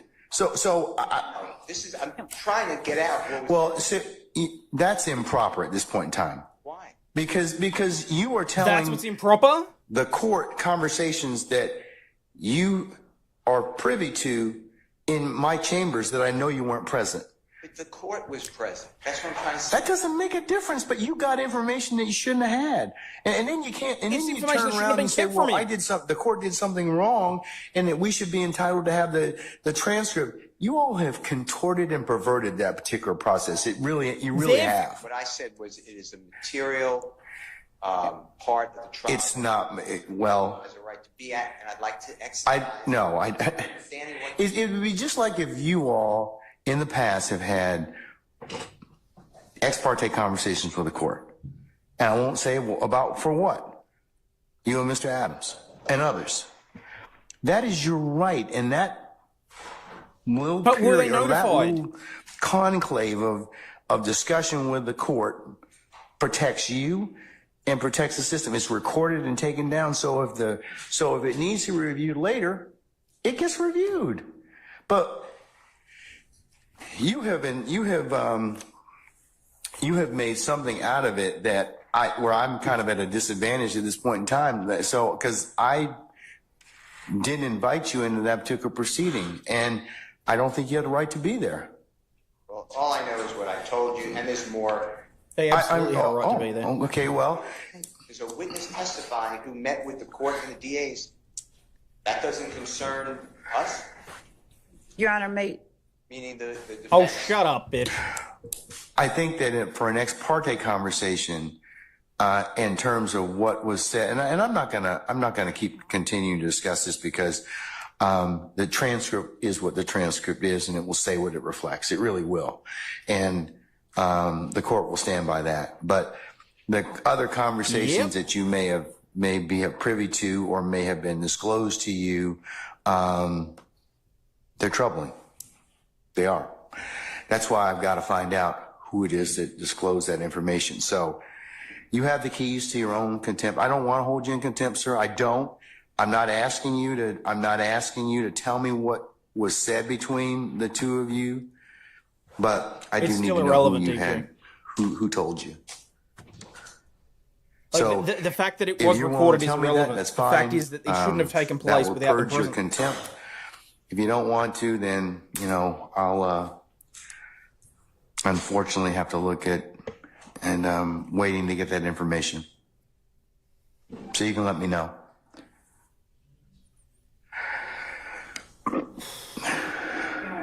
Did the court put this in an order? In terms of what, sir? I suppose contempt. It's criminal contempt. It's sua sponte criminal contempt, sir. You don't get to appeal from this. You want to bet?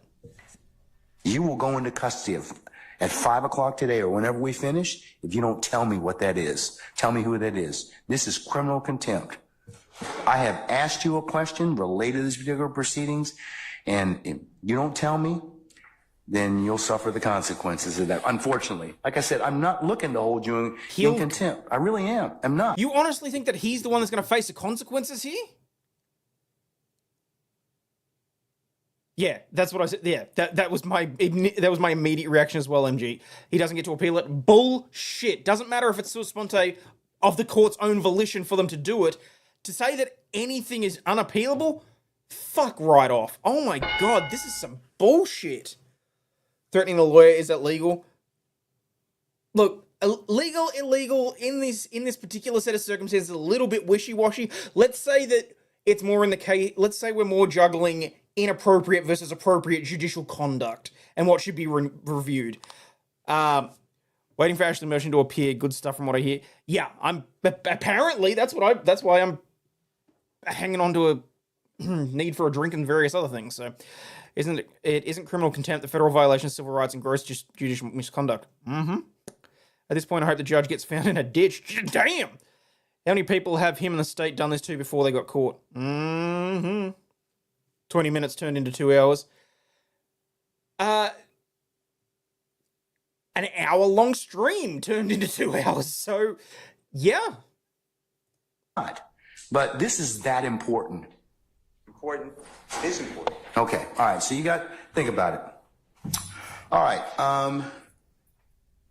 Can I just, last thing? That of itself, I feel, would be an appealable issue, by the way. I believe that we're entitled to these information, especially with this witness. all right, sir, I'll note your objection. It'll be a continuing objection for the time being. And I may make some other remedies depending upon what information I find later, okay? And All right. on behalf of Mr. Steele, I'm going to review Our Brady demand for any Brady material Yes, sir. that came out from any conversations with Mr. Copeland, between Mr. Copeland and the district Yes, sir. attorney's office this morning. All right, summon our jurors, please. Would this be intimidation from the judge? It damn well feels like it.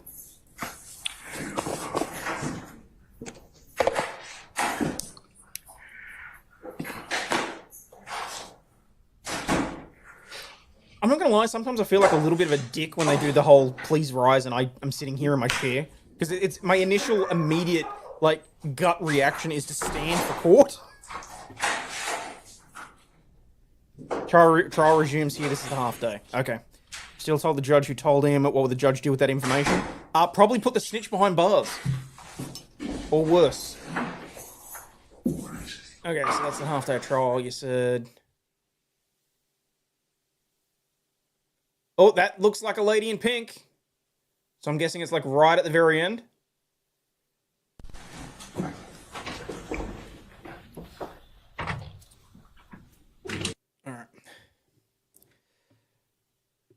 Get popped for conduct and becoming of an officer for things like adultery that occurs at any time. Doesn't have to be related to your service or involve a service member.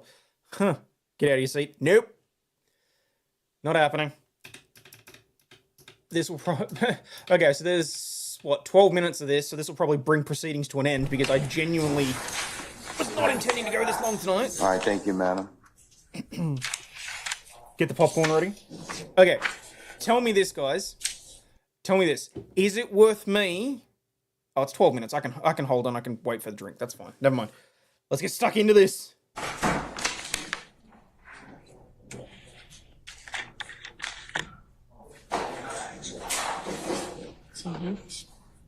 Yeah. Yeah.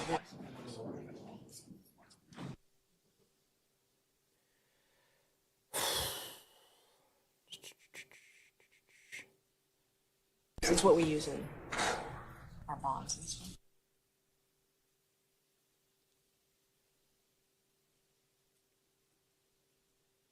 His dome's shiny because he's sweating. Because he's realized how much shit he's in.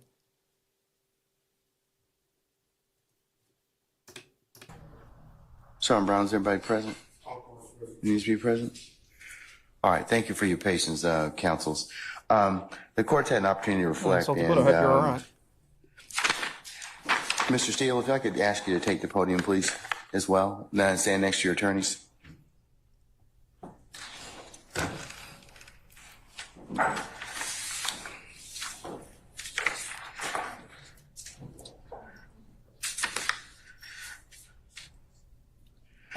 Shannon, we'll give a rundown after the fact. Mr. Steele and I apologize. Mr. Sue, sir. Judge. One more time? Sue, sir. What? Spell your last name for us. S-U-S-O-R. Sierra, Uniform, Sierra, Oscar. You're a good man. Good man. Okay, all right. Okay. All right. Well, if there was ever evidence that okay, he was... Mr. Souser as well. All right, counsels, I've made a clarification to the order of contempt. Did I skip too far? No. Oh, I did too. Shit. Thank you, Nick. I saw a woman in pink and I thought that was the thing. So, all right, sorry. Oh, that was close. Mr. Argument, this is just your sentencing. Okay. Lawyers. Time, who it is that discloses information to you? Be released and processed? Okay, hang on. If there's like an hour, what do we got? 20 minutes, 20 off minutes. No, you know what? I'm going to pee. I will be absolutely right back. Wait, why is that not playing? That was close.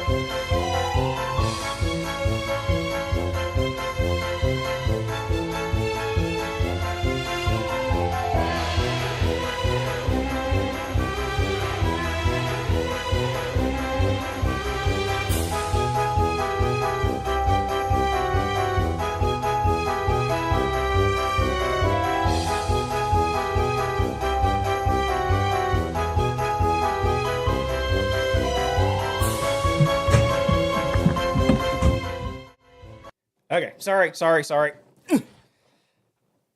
Okay. Well, because if this goes for 20 minutes, then I want to do the sentencing. So it's we've got another half hour of this. So there was no way I was holding out that long. All right. Say again? Yes. I'm weak, man. Y'all can speak to me when I get out. Y'all dead and don't. Can you go back there? Yes, I grabbed some Frosty. Pink lemonade. All right. I washed my hands. That'd be feral.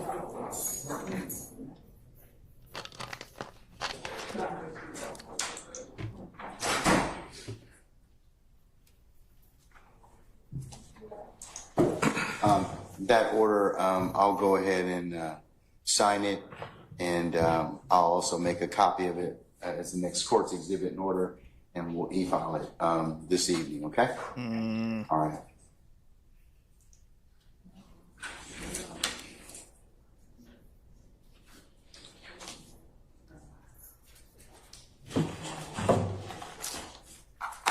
This is getting a little slow now. Where's the... Steele, Okay. are you willing to tell me at this point in time who it is that discloses information to you?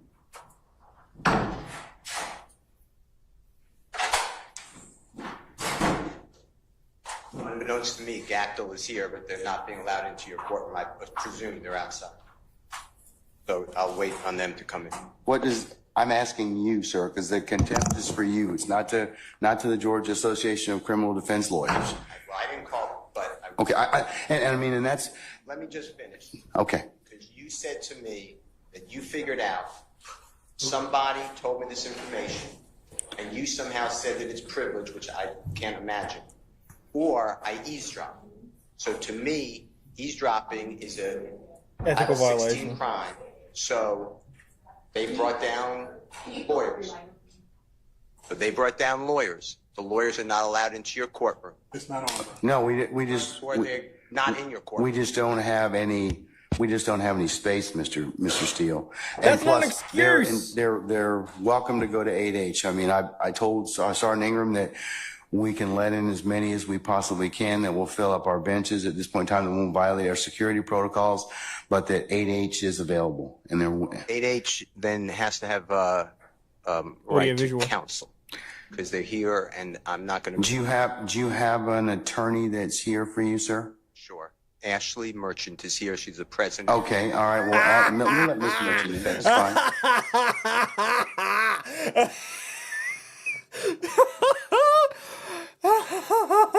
Yeah, this is a scared shitless judge. You're absolutely right, Nick. And yes, I mean, look, It's the rule about making sure that you've got safe clear ways and all that sort of stuff. But do you have a lawyer here to represent you? Yes, it just happens to be the president of the association. Ooh, this is gonna be fun. Ashley Merchant. Yeah, Ashley Merchant. Ashley Merchant, yes. Right, Ashley Merchant is present. All right. Ms. Merchant's the bringer of death. His lawyer's file. Ms. I should Merchant, hope good so. to see you as usual. I have told your client She's come to play, you too. represent Mr. Steele, is that correct? Yes. For the purposes of the contempt. I've entered the order. I've entered the contempt already. I'm entering the order. I'm about to enter the order. I No, held you're him in not. contempt earlier from today's proceeding by him not telling me who it is he got this information from. I'm not asking him for any of the sum and substance of the communication. He's been disclosing that, however, and that's why I kind of want to know who told him that. As So good lawyers should. if he tells me who it is that disclosed that to him, he will be able to purge himself of that contempt, and he's done. That's the only thing I'm asking for at this point in time. Listen how nervous he is. If not, then as you well know, as a criminal contempt, there's no supersedious bond, there's no appeal, and I'm going to put him in custody for this evening. And if he wishes to, which he can still purge if tonight Keith Adams emails me or you email me and tell me, well, it was X. So he can, I'm going to give him as much flexibility to purge himself of this contempt. Only thing I want is, because of the way this information was disclosed, it is troubling to the court, and is very, since it was a ex parte communication. We won't get into the merits of everything else that Mr. Steele has proffered. Oh, this is a great night for me too. Sorry, I just received some information as well. I'm gonna let this play and I'll talk about it later. Oh, this is awesome. What a great night. That's the only thing I'm trying to do at this point in time. So I've asked your client for the last time if he would tell me who it is that disclosed that information. Judge, can you come up to the microphone? Sorry. Please. Where would you like this? Microphone, it'll pick up, madam. Thank you so much. Just for the record, Ashley Merchant. Which one? It'll turn green. Yeah, it'll turn green. Yes, ma'am. Is it on now? Yes. Okay, great. Thank you. Judge, just for the record, is the criminal contempt, is it criminal contempt that you held him in? Yes, ma'am. Okay, and you said you had a hearing earlier today. With criminal contempt, I told him what the contempt was, and that was he refused to tell, order the court. If counsel, as you know, if the court orders you to do something and you don't, that's criminal contempt. He's on the back foot here. So I've asked him several times, please just tell me who it is that told you. That I didn't ask or inquire about anything that was said. I just want to know who it was. Okay. Because he's got too much detail of this particular alleged conversation for the court to be concerned about it. So. And Judge, since it is a criminal contempt, he is entitled to due process. He's entitled to a hearing, entitled to an actual show cause, entitled to the allegations actually written, entitled to a witness list. We're entitled to present our own witness list and Well, no, notice of that. criminal contempt is different. It is on the spot. So he's gotten the due process he's going to get. That's on the spot. I told him. Plus, he's had all day to tell me who it is that is it. So a little different, Ms. Merchant. I won't disagree with you, but I recognize that Judge, stance anyway. just for the record, it's that's direct. So what you're holding him in is in direct criminal contempt. yes. The issue with the direct criminal contempt is whether or not to actually hold a hearing now, whether or not it needs to be held immediately. And the problem is, if you hold him in direct criminal contempt, as you're saying that you did, you are a witness to that proceeding. And so it has to be referred to another judge. Doesn't require recusal. You actually have to sua sponte send it to another judge because you are a witness to the proceeding. Show me the case law that says that, Ms. Yes, Merchant. it is Henry McClarty. It's 152 Georgia App 399. And it says that is one of the cases. Also, two other cases, Henry Adams, 215 Georgia App 372. Well, 1 second. Give me the name of the first case again. Henry what? Do you want just the number, Judge? Yeah, I would. Thank you. 215 215 Georgia App Georgia App. 372. Okay. Also 215, Georgia App, 349. Okay. That's Adams and Hasty. All right. Let me take a look at those. As you would expect.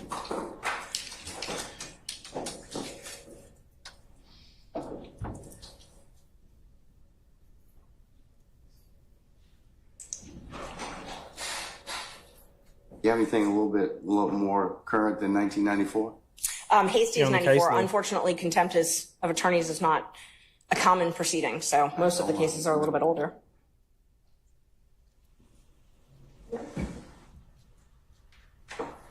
That's exactly But I what do you have did. other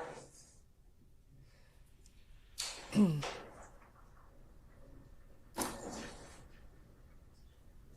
Well, 94 is what? 30 odd years ago, but And yeah. Judge, I'm not the only one here. There's quite a few other lawyers that want to be present in the court. There's about 20, 25. The challenge is I've got space allocations, as I told you. So you can, like I said, since looking you were around. representing him, that's Yeah. fine. He told us, Mr. Steele told us that.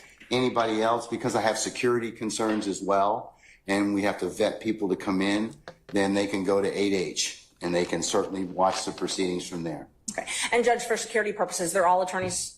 They're all members of the bar. I can give you all their They names. still would have to be searched and still would have to be subject to the court's protocols. And also, there's room in the jury box, and then there's room in the courtroom. So we would ask that they be I allowed to. don't want them in my jury box, okay? No. I understand.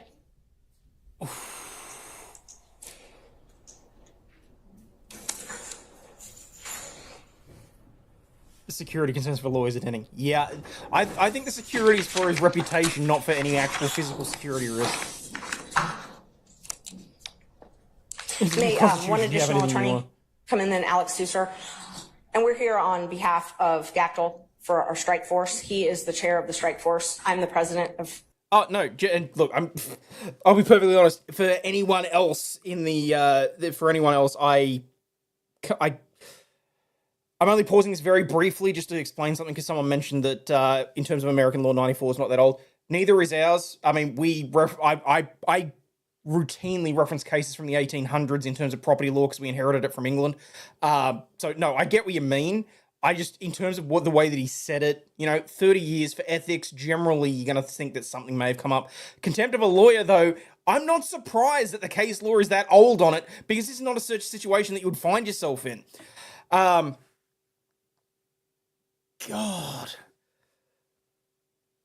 This is awesome. Like, I want to say something inappropriate, but I'm not going to because there's 255 of you watching. And if you haven't already subscribed, why not?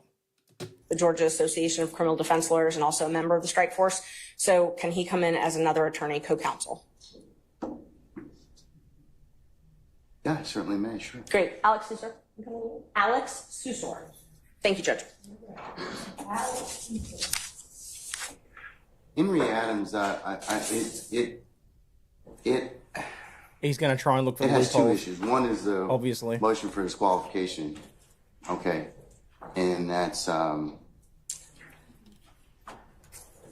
if the prosecutors are going to want anything to and do I with think this. the judge went ahead and did some other things that caused there to be that issue presented. So I don't think, Adam, I'm going to take a look at the other case.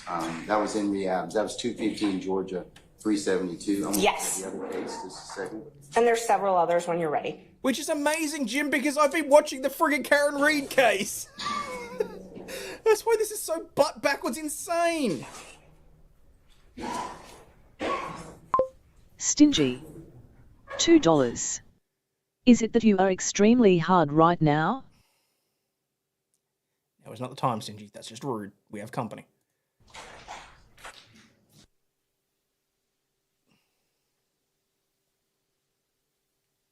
Prosecution already said that I don't think they've done anything wrong and agree with the judge. Yeah. Prosecution doesn't get much of a choice. She's just as culpable as a judge in the ex parte meeting. I would say marginally less culpable because it was a judge's decision to proceed with the matter. But that's, yeah.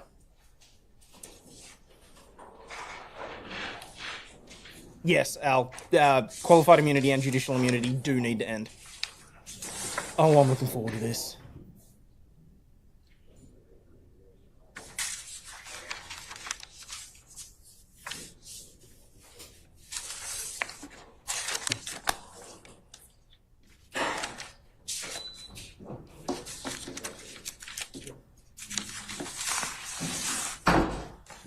judges are higher than zero chance of being removed from the bench? Yes. I've seen enough so far that I would say judicial misconduct could easily be proven. It may be one I have, too. The super lawyer only comes out of the basement when the law phone rings. Okay, come on, stop teasing and get into it. By the court. Hasty conduct didn't rise to a level that necessitates warrant summary contempt by the court. That's the difference with hasty. Okay, so you're trying to distinguish. Case. So, and please tear them apart. Tear them apart. That you've given me thus far. Those were only the initial two. I had a couple others. Okay, go ahead. As well. Yes. So Ramirez versus State. It's 279 Georgia 13, 2005. It also. You said 279 Georgia. What? I'm sorry. Georgia 13. Georgia 13. Mm-hmm. It's a 2005 case, right. And it defines direct contempt and explains that it must actually interfere with the proceedings to be direct. There's also a couple other cases on that. Well, DG, I get this. From the sounds of it, they're going to get the opportunity to. Under, let me see. I'm sorry, Judge? Hold on. Just a second. Pardon me.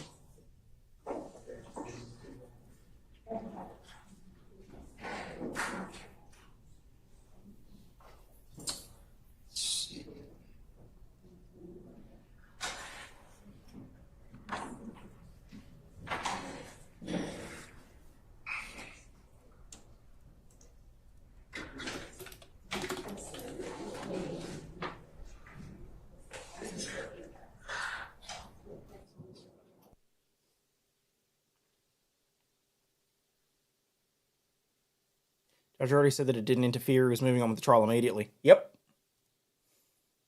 Don't like his odds here. This is getting messier and messier. And she knows what she's talking about.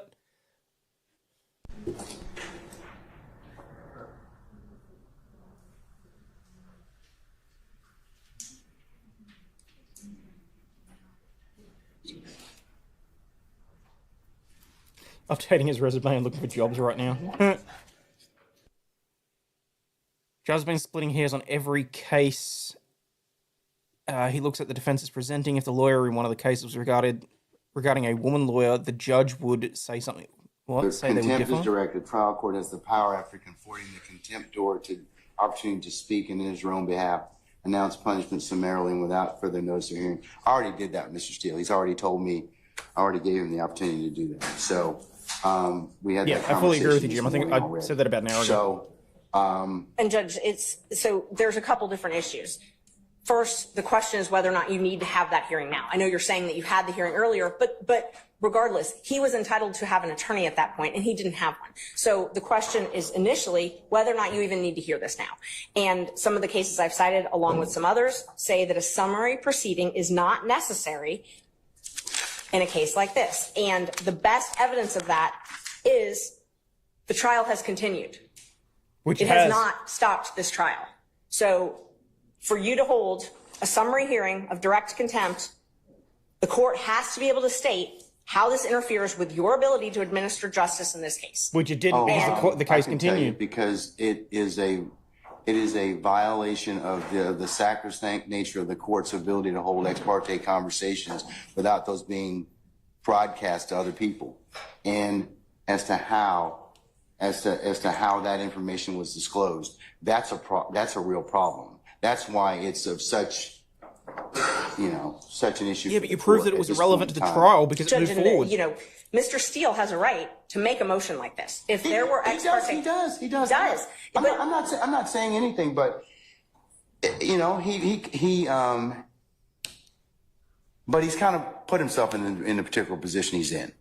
No, Judge, I don't agree. I believe that I'm going to disagree with you, okay? I believe that the court has put him in that position. No. He cannot be held in the law states, McClarity, which I cited to you earlier. And it's true that direct summary contempt, which arises in the presence of the court, intends to scandalize it and or hinder or obstruct the orderly process of the administration of justice. The preservation of order and decorum in the court is exempt from due process requirements of notice and hearing. That's even Moody, goes back to 1974. So I believe that Mr. Steele's, he can file whatever motions, but his particular actions in this case, I just want to know who told him this. That's all. I'm not asking him to release or otherwise tell any conversations, but I just want him to tell me that. And Judge, so that's what you want, but that does not conflate to a contempt. Your desire for him to answer your question does not mean that you have the power to hold him in contempt. So you can come into court, Mr. Merton, and not answer a question of the court and not be held in contempt? Yes. If it's a question that the court is not permitted to ask, yes. Okay, well, this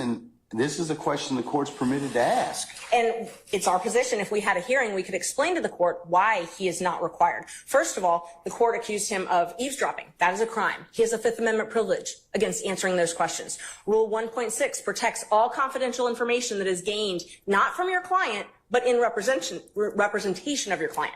He has the ability to protect that information. But we don't even need to get there because he can't be held in contempt, and you can't threaten him with contempt for presenting a motion in good faith. He presented a motion in good faith that he believed there were ex parte communications.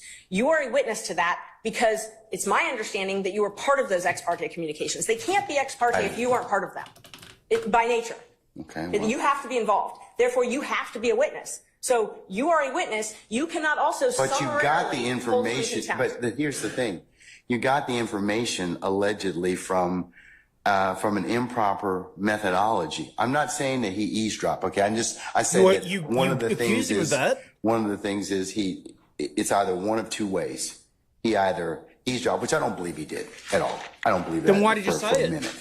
But was it to I do believe that somebody did tell him what was the sum and substance of the court's conversations, and that would not be permissible.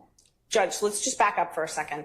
He makes a motion because he has reason to believe that there were ex parte communications made. The court has a duty, if there are ex parte communications made, to alert counsel. He shouldn't have had to learn it from wherever he learned it. I think that he caused that particular circumstance. I think that he had a conversation with somebody and he got some information that he shouldn't have had to begin with. That's irrelevant. Merchant, I'm of the opinion I'm going to stand on my ruling at this point in time. I'm going to hold him in contempt. So at this point in time, is there anything else you want to tell me? Yes, Judge. There's quite a few other things. So first of all, we would ask for you to be recused from this case because you are a witness necessarily. It cannot be an ex parte proceeding without you being a witness to this. So you are a witness to this proceeding. Therefore, yes, to the contempt. To the contempt. You are a witness to the contempt. So you have now, and if it's criminal, which is what you're saying it is, Mr. Steele is entitled to all the same due process rights that Mr. Williams and every other defendant in this courtroom is entitled to. He's entitled to those. One of those is to have a fair and neutral judge decide his case. One of those is to have a judge who is not also a witness in the proceeding deciding whether or not he's in contempt. This needs to be heard by a different judge. I'm touching myself tonight.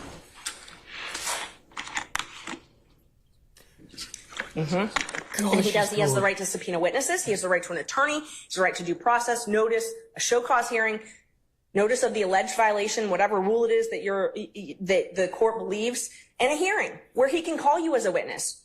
You can testify. You are necessarily a witness. You can't, for it to be ex parte, you have to be a witness. It can't be both ways.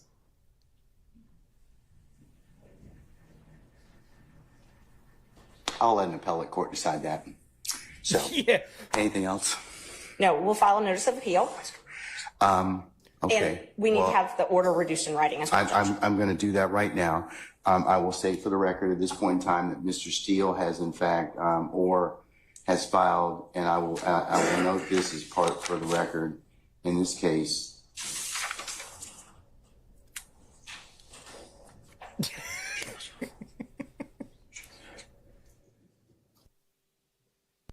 He has filed a motion to set aside the contempt.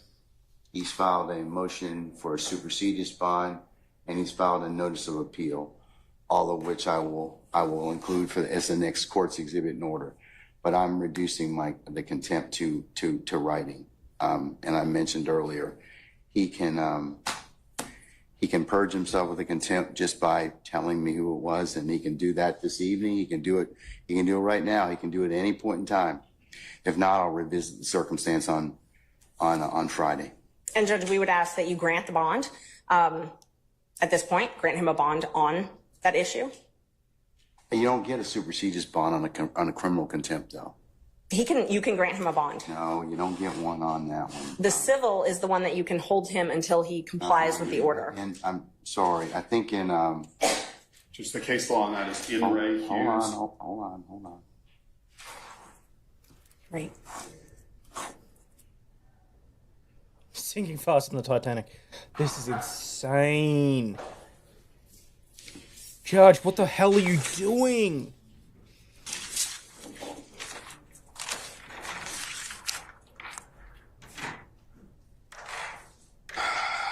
The superseded bond requirement does not apply in the contempt in the presence of the court during the progress of a proceeding, OCGA 5-6-13 Bravo. So, you don't get a supersedious on that, on a criminal contempt, respectfully. So, Judge, just to clarify, it's your ruling that this is a criminal contempt that Mr. Steele has committed, not a civil indirect contempt. That's correct. The judge, that's the reason I'm asking is because the N. Ray Hughes case, which is a 2009 Court of Appeals case, 268, Georgia Appeals 66, lays out the distinction, as does the Ramirez case. There's a case that, in fact, I'll do you one better, sir. In fact, there is a recent pronouncement out of our appellate courts. Well, Judge, I think I'm addressing a slightly different point of law. It is. Hold on, sir. 1 second. Back in the day, this would have been considered a great series of arguments. Well, Give you two cases. One is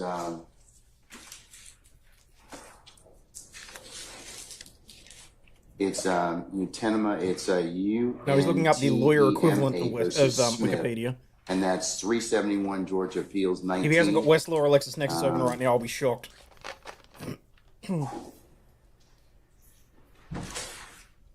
Which was decided March the 12th of this year. It covers the differences between the types of contempt. And then there's another case that I'd invite your attention to, and that is Henry Syverson. It's Syvertson. No, And law that school's way more is boring than this. 368 Georgia Appeals, Georgia App, I should say, 865. And that was decided July 31st of last year. And Judge, I'd just like to point two things out. The statute that you were citing about the supersedious, it only says it's not mandatory. You still have discretion to grant him a supersedious bond. The other... I'm not going to grant him a supersedious bond. And so you definitely have the discretion to grant him a supersedious bond. The other issue is if it is a criminal contempt and you are finding him guilty of criminal contempt, then we have to have a sentence imposed. Now, civil is where you get to hold him until he complies. No, criminal is where you get to impose a sentence, maximum 20 days and a $1,000 fine. So if you're going to incarcerate him under a criminal contempt, he's got to be sentenced. Well, his contempt is as long as he, when he tells me what the basis of the conversation was. He's basically saying this is the equivalent of having someone on trial for murder and saying, I'm going to put you behind bars until you tell me you did it, or tell me where the body is. That is not how criminal sentencing for something works. Criminal contempt is still a criminal act and with a sentence under the sentencing guidelines. This, oh my God. I'm not going to sleep tonight. Oh.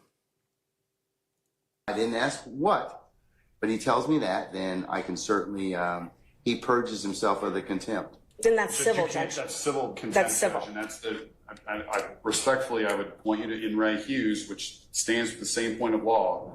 Civil contempts impose punishment as a means of coercing future compliance with the prior order of the court. Here, the prior order of the court presumably is that you have directed Mr. Steele to answer the question, to disclose the information as to who is his source for knowledge of this ex parte meeting that occurred earlier today. Criminal contempt imposes unconditional punishment to punish the act which has occurred in the past and cannot be purged. It is not capable of being purged, in which case what Ms. Merchant said applies, which is that there is a 20-day maximum sentence and a $1,000 fine.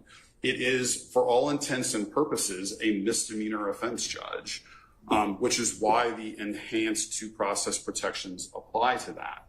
Now, Mr. Steele has indicated to us he does not believe that he can answer the question without violating his duty of loyalty and duty of confidentiality to his client. So he is being placed in a position where he's either going to jail or he's going to commit an offense that will put his license to practice law at risk. And that is an untenable position to be in.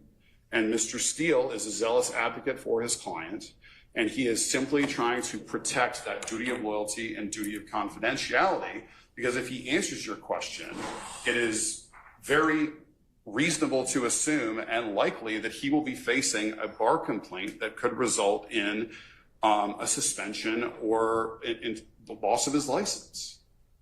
And so he's in a very difficult position where if we were able to have a full contested hearing with the benefit of witnesses and an impartial judge where you're a witness, then everybody could present their side of the story. And I'm not doing that. The reason being is because that takes away the whole point of criminal contempt. And that is, you do something, the court tells you to do something, order of the court, and you don't follow it. I didn't ask him to do anything illegal, immoral, unethical. I just asked him to tell me. I know what the privilege is. The privilege is the conversation. I didn't ask him about that. I wanted to ask him about who, the person, okay, I'm sorry. Sorry, Mr. Steele has indicated to us that he does not believe he can answer that question without also violating the privilege. Okay. And Judge, that's why we're trying to figure out if it's criminal versus civil. So the issue is you're picking and choosing. You're saying, well, you get the bad side of criminal and no bond, but I really am actually trying to punish you civilly, which is when you hold someone until they comply. Okay, let me think about it just a second, okay? I'm going to take 5 minutes out. I'm going to think about it. Thank you. Okay? All right. So we'll be in recess about 5 minutes.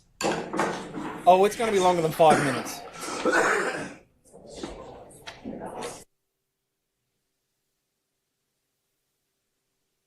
This 5 minutes is an hour. I kind of figured that. Why is it so hard for this attorney just to give him a simple name? There's no ethical violation there. There absolutely is. I mean, it's in the best interest of his client not to release that information anyway, but yes, he could potentially be breaching Rule 1.6 based on the language. I would disagree with you, Ken. I would strongly disagree with you. 5 minutes later, hour and a half. He's going to go and ring a friend. If I was him, I'd be ringing a couple other judges, frankly. You can think about it all you want. Apparently, you don't have the mental capacity to understand, apparently. There was a slash. Wait, what? You make it sound like I know what that is. It was sarcasm. Oh. Okay. Boomer people, we know this. Okay? If you need to spell shit like that out for me. These two came to play already, making the judge get on the defense and rethink. Yep. Alright, where are we? Alright, so this is where I jumped to the first time by accident. Alright. So it'll be another interesting day in the trial. Should not continue without proper investigation. No, it absolutely shouldn't. All right, thank you, madam.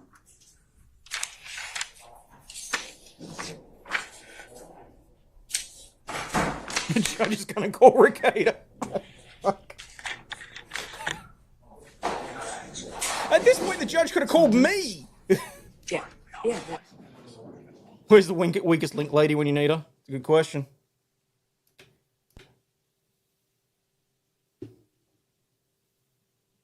Oh, that look of defeat. Oh, I almost feel sorry for him. Almost. Not really, but almost. anyone the judge called was either not answering or cussing him out. I would hope that Sergeant Brown, is everybody present? Needs to be present?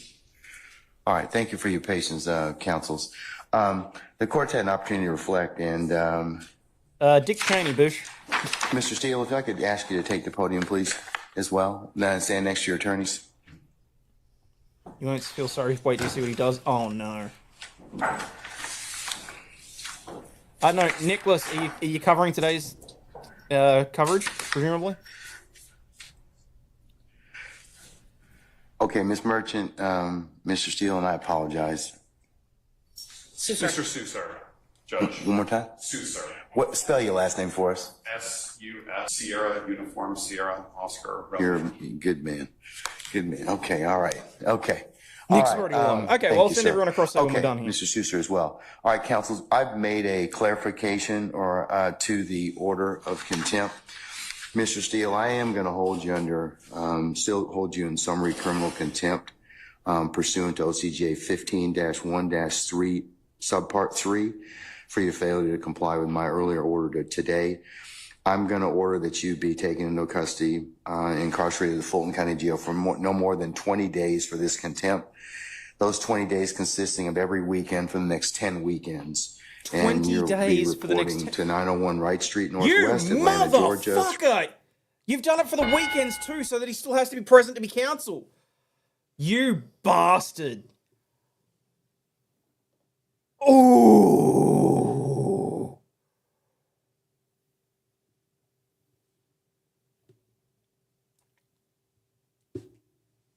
Oh.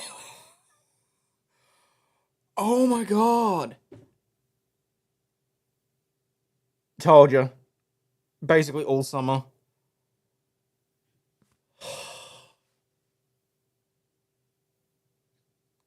Ten weekends for the duration of this trial. The judge has screwed himself. Yeah. He allowed him to room with his client? I wouldn't think so. Why is he being so petty? Because he just wasted 88 days of trial. It seems like it, yeah. Oh, what does he have to gain from that ruling? Next to nothing. He's got he is trying to structure that in a way. You'd almost think this was a Chaser sketch. A little bit, yeah. He structured the remedy, what he considers the remedy for the contempt, in such a way that it's not going to impinge on the trial and continue it. No, I realize the trial's going to go for more than 10 weeks. I think it's supposed to last like another year or something, isn't it? Lawyer turns himself into a hero, though. Love this. All right. I'm trusting you guys. Let's have a look. 30318 at 7 p.m. on Fridays, and you'll be released on 7 p.m. on Sundays. And it's to commence this Friday, June the 14th at 7 p.m. and not to end until Sunday, August the 18th at 2024 at 7 p.m. Oh, subject she's to further chomping at order the of this bit. court. And that will be entered and e-filed, and you may take whatever steps you and your counsel deem appropriate after that. Okay? Can I ask a question? Sure.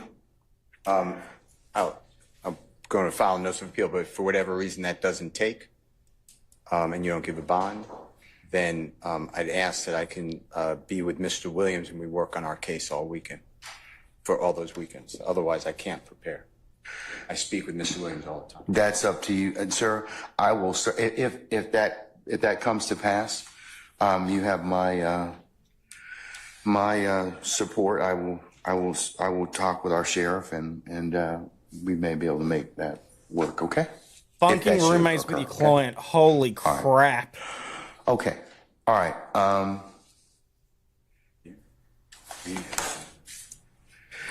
All right. Is Miss Counsels, I'm done with this, unless you have anything else.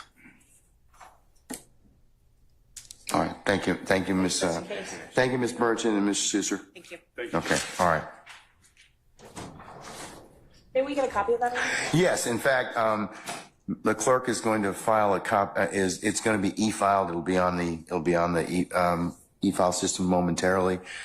You should be able to get a copy of it from there, directly download from there. I'm going to cover it live. I haven't been covering this case. On behalf of Mr. Steele. Sure, that would be great. Thank you so much. Okay. All right.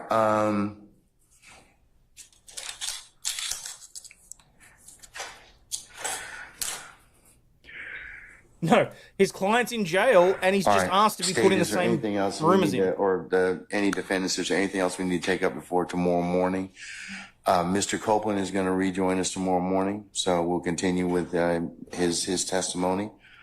Less ranting, more Where's just Ms. complete and utter Bumpus? shock. Your Honor, I have a matter. 1 second. Where's Ms. Bumpus? She hasn't been released yet. I'm not certain, and Ms. Hilton is attempting to determine her whereabouts. All right, if you could call her, Ms. Hilton. Thank you. All right, Mr. Sharp, sir? Your Honor, I have to prepare for my cross-examination of Kenneth Copeland over the next few evenings, and I would ask once again for the court to release the transcript of what occurred earlier today so that I may prepare my cross-examination. I'm not going to do that, sir. Not at this point in time, respectfully. Okay? Well, Your Honor, Notice of appeal respectfully, immediately. if it's not released by the time that we cross-examine Mr. Copeland, our defense will be hindered. Sir, that'll be an issue you can certainly raise then and now, but I'll think about it. But at this point, I'm not It's not inclined for you to think about. To release the transcript of the court's ex parte hearing because of the way it was the way it was disseminated. That's why I'm not inclined to do it. And I would also, You and I petty would also understand motherfucking the asshole. court's ruling. I would also ask for the release of any audio tapes regarding that hearing as well. Well, the only audio tape that I know of is maintained by Miss Weaver, who tapes her proceedings in order for her to prepare a transcript. So,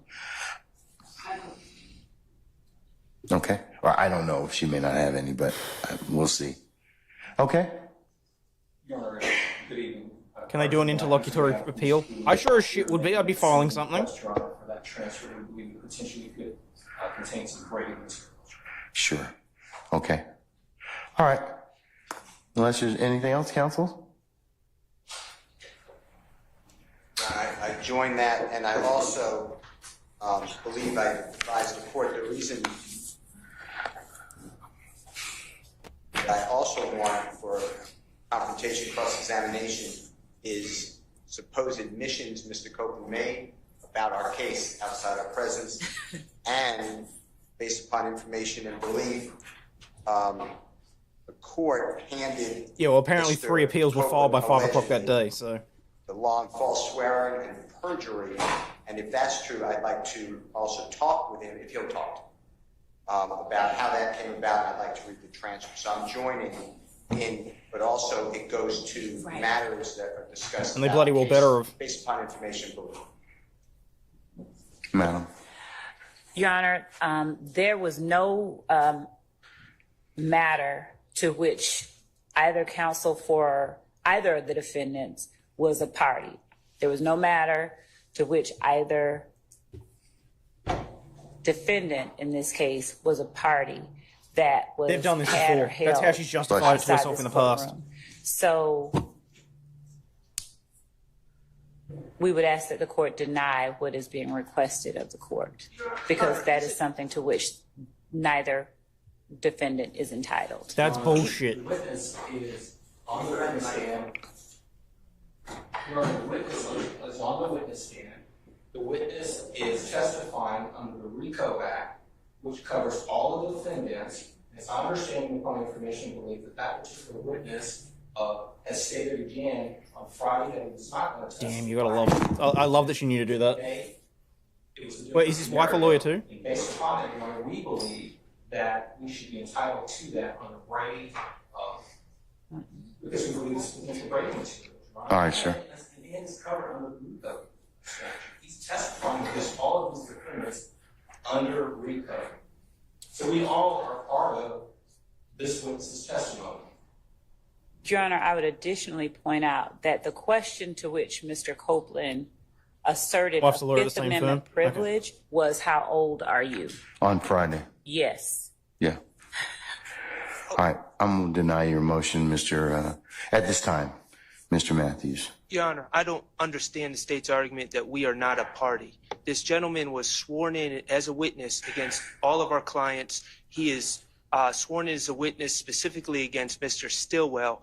Conversations with that gentleman were occurring apparently ex parte without our knowledge, without my client's presence. It's disgusting. And I don't understand how the state with a straight face can possibly say we are not a party to matters concerning a witness sworn in trial to testify against our clients. We are certainly a party. Okay. And we were denied the right to be present. All right, thank you, sir. I'm still going to deny it. All right, anything else? We would ask for a copy of that transcript since it's germane to the contempt. So we will be asking for that in the court order. I assume it's this court order. Jason of the Great It's an Awakening. ex parte. $10.00. This reminds me of that time I tried to talk a guy down off mushrooms. Okay. At some point you'll need to elaborate on that, but okay. Matter, so you're not going to get it unless the appellate court wants to see it, if it's accepted. So, but I'm not going to give it to you at this point in time. I assume the Harvey rule applies. Yes, sir. Thank you. All right. See y'all tomorrow morning, okay? 9:30 for an anticipated 10 o'clock start time? Okay, we're in recess. Holy crap balls. Potential exculpatory matters from the meeting, the failure to turn over the communications would violate Brady. Yeah, which was the other argument that they were making, that they wanted any Brady stuff to come out. Does the judge now cry he fears for his life like cops do? Maybe. If you go on with Nick, really hope you do. Be sure to ask him about that break he was looking forward to from YSL. Still hasn't started yet. Well, look, Nicholas has gone live. What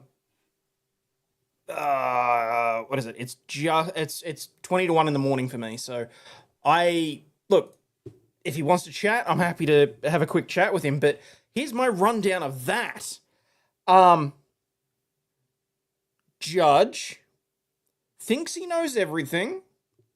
Typical narcissist. All lawyers have an ego complex. We know this. But generally, you try and actually be accurate and right in the law. What was the good news I got earlier? I'll talk about that in tomorrow's show. Just because I want to keep this separate because I want my analysis on this, which is, I'm not going to lie, my analysis boils down to, holy fuck, what a retarded judge. Excuse the language. You understand the judge perfectly already. Excellent. So, how he can think he can get away with having ex parte communications, which should absolutely not have taken place. Judicial complaints can be made to the Judicial Qualifications Commission of Georgia. Not sure if they take complaints from non-residents. Let's find out. Judicial Qualifications Commission. Let's have a look. Judicial Qualifications Commission. Not that they're going to give a shit about a lawyer from overseas, but I mean, if maybe it looks like, oh, I don't know, that it's gaining international attention, maybe. But anyway, where are we? His wife's filing motions while he was in the slammer. Damn. I trust the merchant and the strike force have it covered. As do I. How long does this shit last? That's a damn good question. Where are we? So that's... I got 403 forbidden. So not only do they not want international lawyers complaining, they don't want anyone outside of America accessing the website. I'll have a look at it later. Appeal was successfully filed yesterday. Fantastic. Anyone can submit a judicial complaint according to Georgia law. Fabulous. So she came in with some, like, she knew, like, that was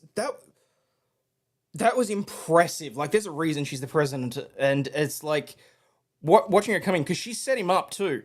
She gave him 2 initial cases, knew that he was going to look those up, and then preempted what VPN time. I'll sort it out after the stream. Preempted what he was going to say and came in with further cases, which is, you know, it's classic, but it's what you do. Keep in mind, he's a former general in the US JAG Corps. Yesterday, I pulled up that live to see if the witness would take the 5th again, then that started. Well, man, it's going to be interesting to see exactly what happens with it today, then.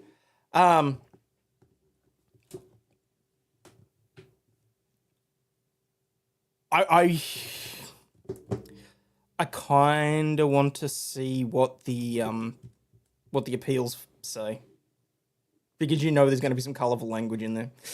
But that was honestly just absolutely disgraceful.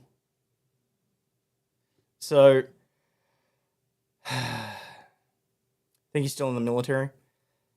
So let's have it. No worries. And guys, like I said, if you enjoyed watching me rant and react to this, feel free to hit the sub button, because I do this fairly regularly if I'm not just reading randomly funny legal news stories and giving opinions on that. Well, the previous yesterday's laurels can't make up for this yesterday. Nope. Promise to share links to any court orders in Discord if they happen over in your overnight. Thank you, I appreciate that. And I believe, I'm just going to check. No, nothing yet from Cloak and Glamour. But 1-star General, Army Reserve, if I remember correctly, still active in the military court as well. Oh god, that's terrifying. That was... Steele motion for a mistrial, which was denied. Can't say I'm shocked by that. But that was beautiful. Watching it. In no way should Steele have been found in contempt. And the fact that the judge couldn't get it right between civil and criminal contempt was absolutely appalling as well. But see, and this is what it's like to be in the legal fraternity, or however you want to call it. Like, I'm not trying to be gendered about it. But so, as someone said, Steele and Merchant are on different sides of politics. But she still went into bat hard for him because it was the right thing to do, and it's just and proper for lawyers. Like, seeing that kind of solidarity, really pulls at the heartstrings. All the other defense attorneys asked for a mistrial also. Yes, but Elf, frankly, I feel like if they hadn't gotten on the record that they were doing so, I actually feel like that may have been deficient counsel, frankly, in that circumstance. Thought I saw a link to the complaints form. Yeah, it's in there. And, hell, you know what? I'll throw the link into the video description so you can check it out later. Jag may have ego issues. Military command chain is not like civilian. No, I get that, Dwayne. I don't necessarily think that has anything to do with the military. So, state has a family of murdered gangbangers in court for justice, and the man who done it got immunity and is on the stand. Shaking my head. Well, we'll have to see what the outcome of the appeals are. Best part was Steele correcting himself when he said this honourable court. Excuse me, this court. No, and even Steele, the way that he handled himself was beautiful, because there were instances there where, how did you find out what was going on to help? I would dare say that someone from his office probably reached out. Okay, so apparently the trial's on now, so I'm going to end it here, guys. I'm going to shift everybody across to Nick's stream automatically. But as always, hang on. In case you're new here or are unsure exactly how my streams end, please remember, you are not a piece of shit. You have value and you do contribute to society, especially for being here. Thank you for laughing along with me and for watching this shit show. But as always, people, stay healthy, wealthy, and wise, and I'll catch you all on the flip side. Cheers, peeps.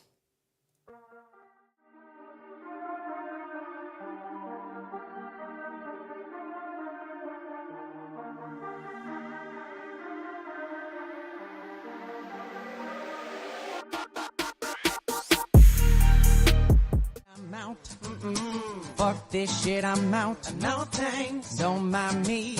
I'ma just grab my stuff and leave. Excuse me, please. Fuck this shit, I'm out. Nope. Fuck this shit, I'm out. Alright then.